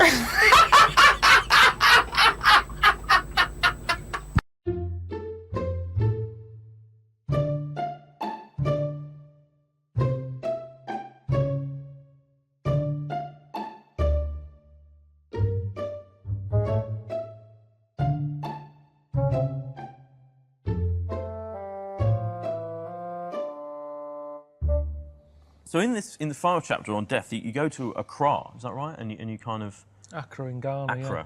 And this woman's died, this kind of local figure. Over there, death is like the biggest bit of your life. It's almost like you spend more money on your funeral than anything else in your life, more than your wedding, more than you sending your kids to school and everything. That's what life's about, having a brilliant send-off. And it's healthier to have that attitude, I think, and I don't know. I mean, I think I am pretty good knowing that, I know that I'm going to die, and I'm pretty good at accepting it. And for me, that's what makes life good, really, knowing that it's going to end. When I was a kid, Pac-Man was a massive game. Kids watching this will go, what's Pac-Man? But it's a game in it where there's a man eating like that, and it makes its way around a maze eating... In fact, here's a little... This is interesting. Oh, yeah. Can you remember the noise of Pac-Man as it's going round? I don't think I can, no, go on. Put your finger in your ear and push it in and out. Oh, yeah. That's the Very good. noise. Oh, yeah, you're right. That's what it's based on, I think. Is it? Yeah. That's brilliant. But anyway, so Pac-Man is just being chased about by ghosts, and you've got to run away from the ghost, haven't you? And, that's kind of his life. And you get 3 lives. But when I was a kid, I typed in a code. Oh, yeah, yeah. That meant I'd have everlasting lives. Yeah. And even then, I remember I played it for, 45 minutes before I got bored of endless amount of lives. But that was a point, I think, when it made me realise that living forever isn't all that. Because for Pac-Man, I think his most happiest time was when the game was over. It wasn't being chased anymore. His whole life was spent being chased, a bit like lives are for us in a way, and it's always someone mithering you for something, and he got in the corner and he had that tablet and that made him happy for, a few seconds, and again, that's like human life, innit? You might sort of have holiday or something, and that lasts a week, and then it runs out, and then you're back to being chased about. And it was that fact that, you know, he was lasting forever. I worked it out then. So if you could have a cheat code for life, don't do it. Life.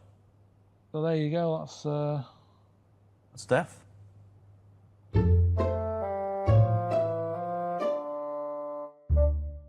You know, I'm really house proud. Yeah. If you come round, if I ever said come round, I say, oh, can you take your shoes off? Yeah, are you one of those? Yeah. Yeah. Straight away. Shoes off. No matter who it is. Really? Yeah, the gas man, he hates it. I bet. With me, Steve Merchant and Karl Pilkington. Well, Karl, you failed miserably. The scientists stuck away. Right, one more chance. What's happened in the last couple of weeks? Just one more chance to... What have you seen in the last couple of weeks? Well, like I say, I don't really watch the news and that, so... Right. I can't tell them about that. But in a way, I think they're better off not knowing. I think that's the only good thing about being out there, isn't it? Not knowing about the bad stuff going on. Yeah.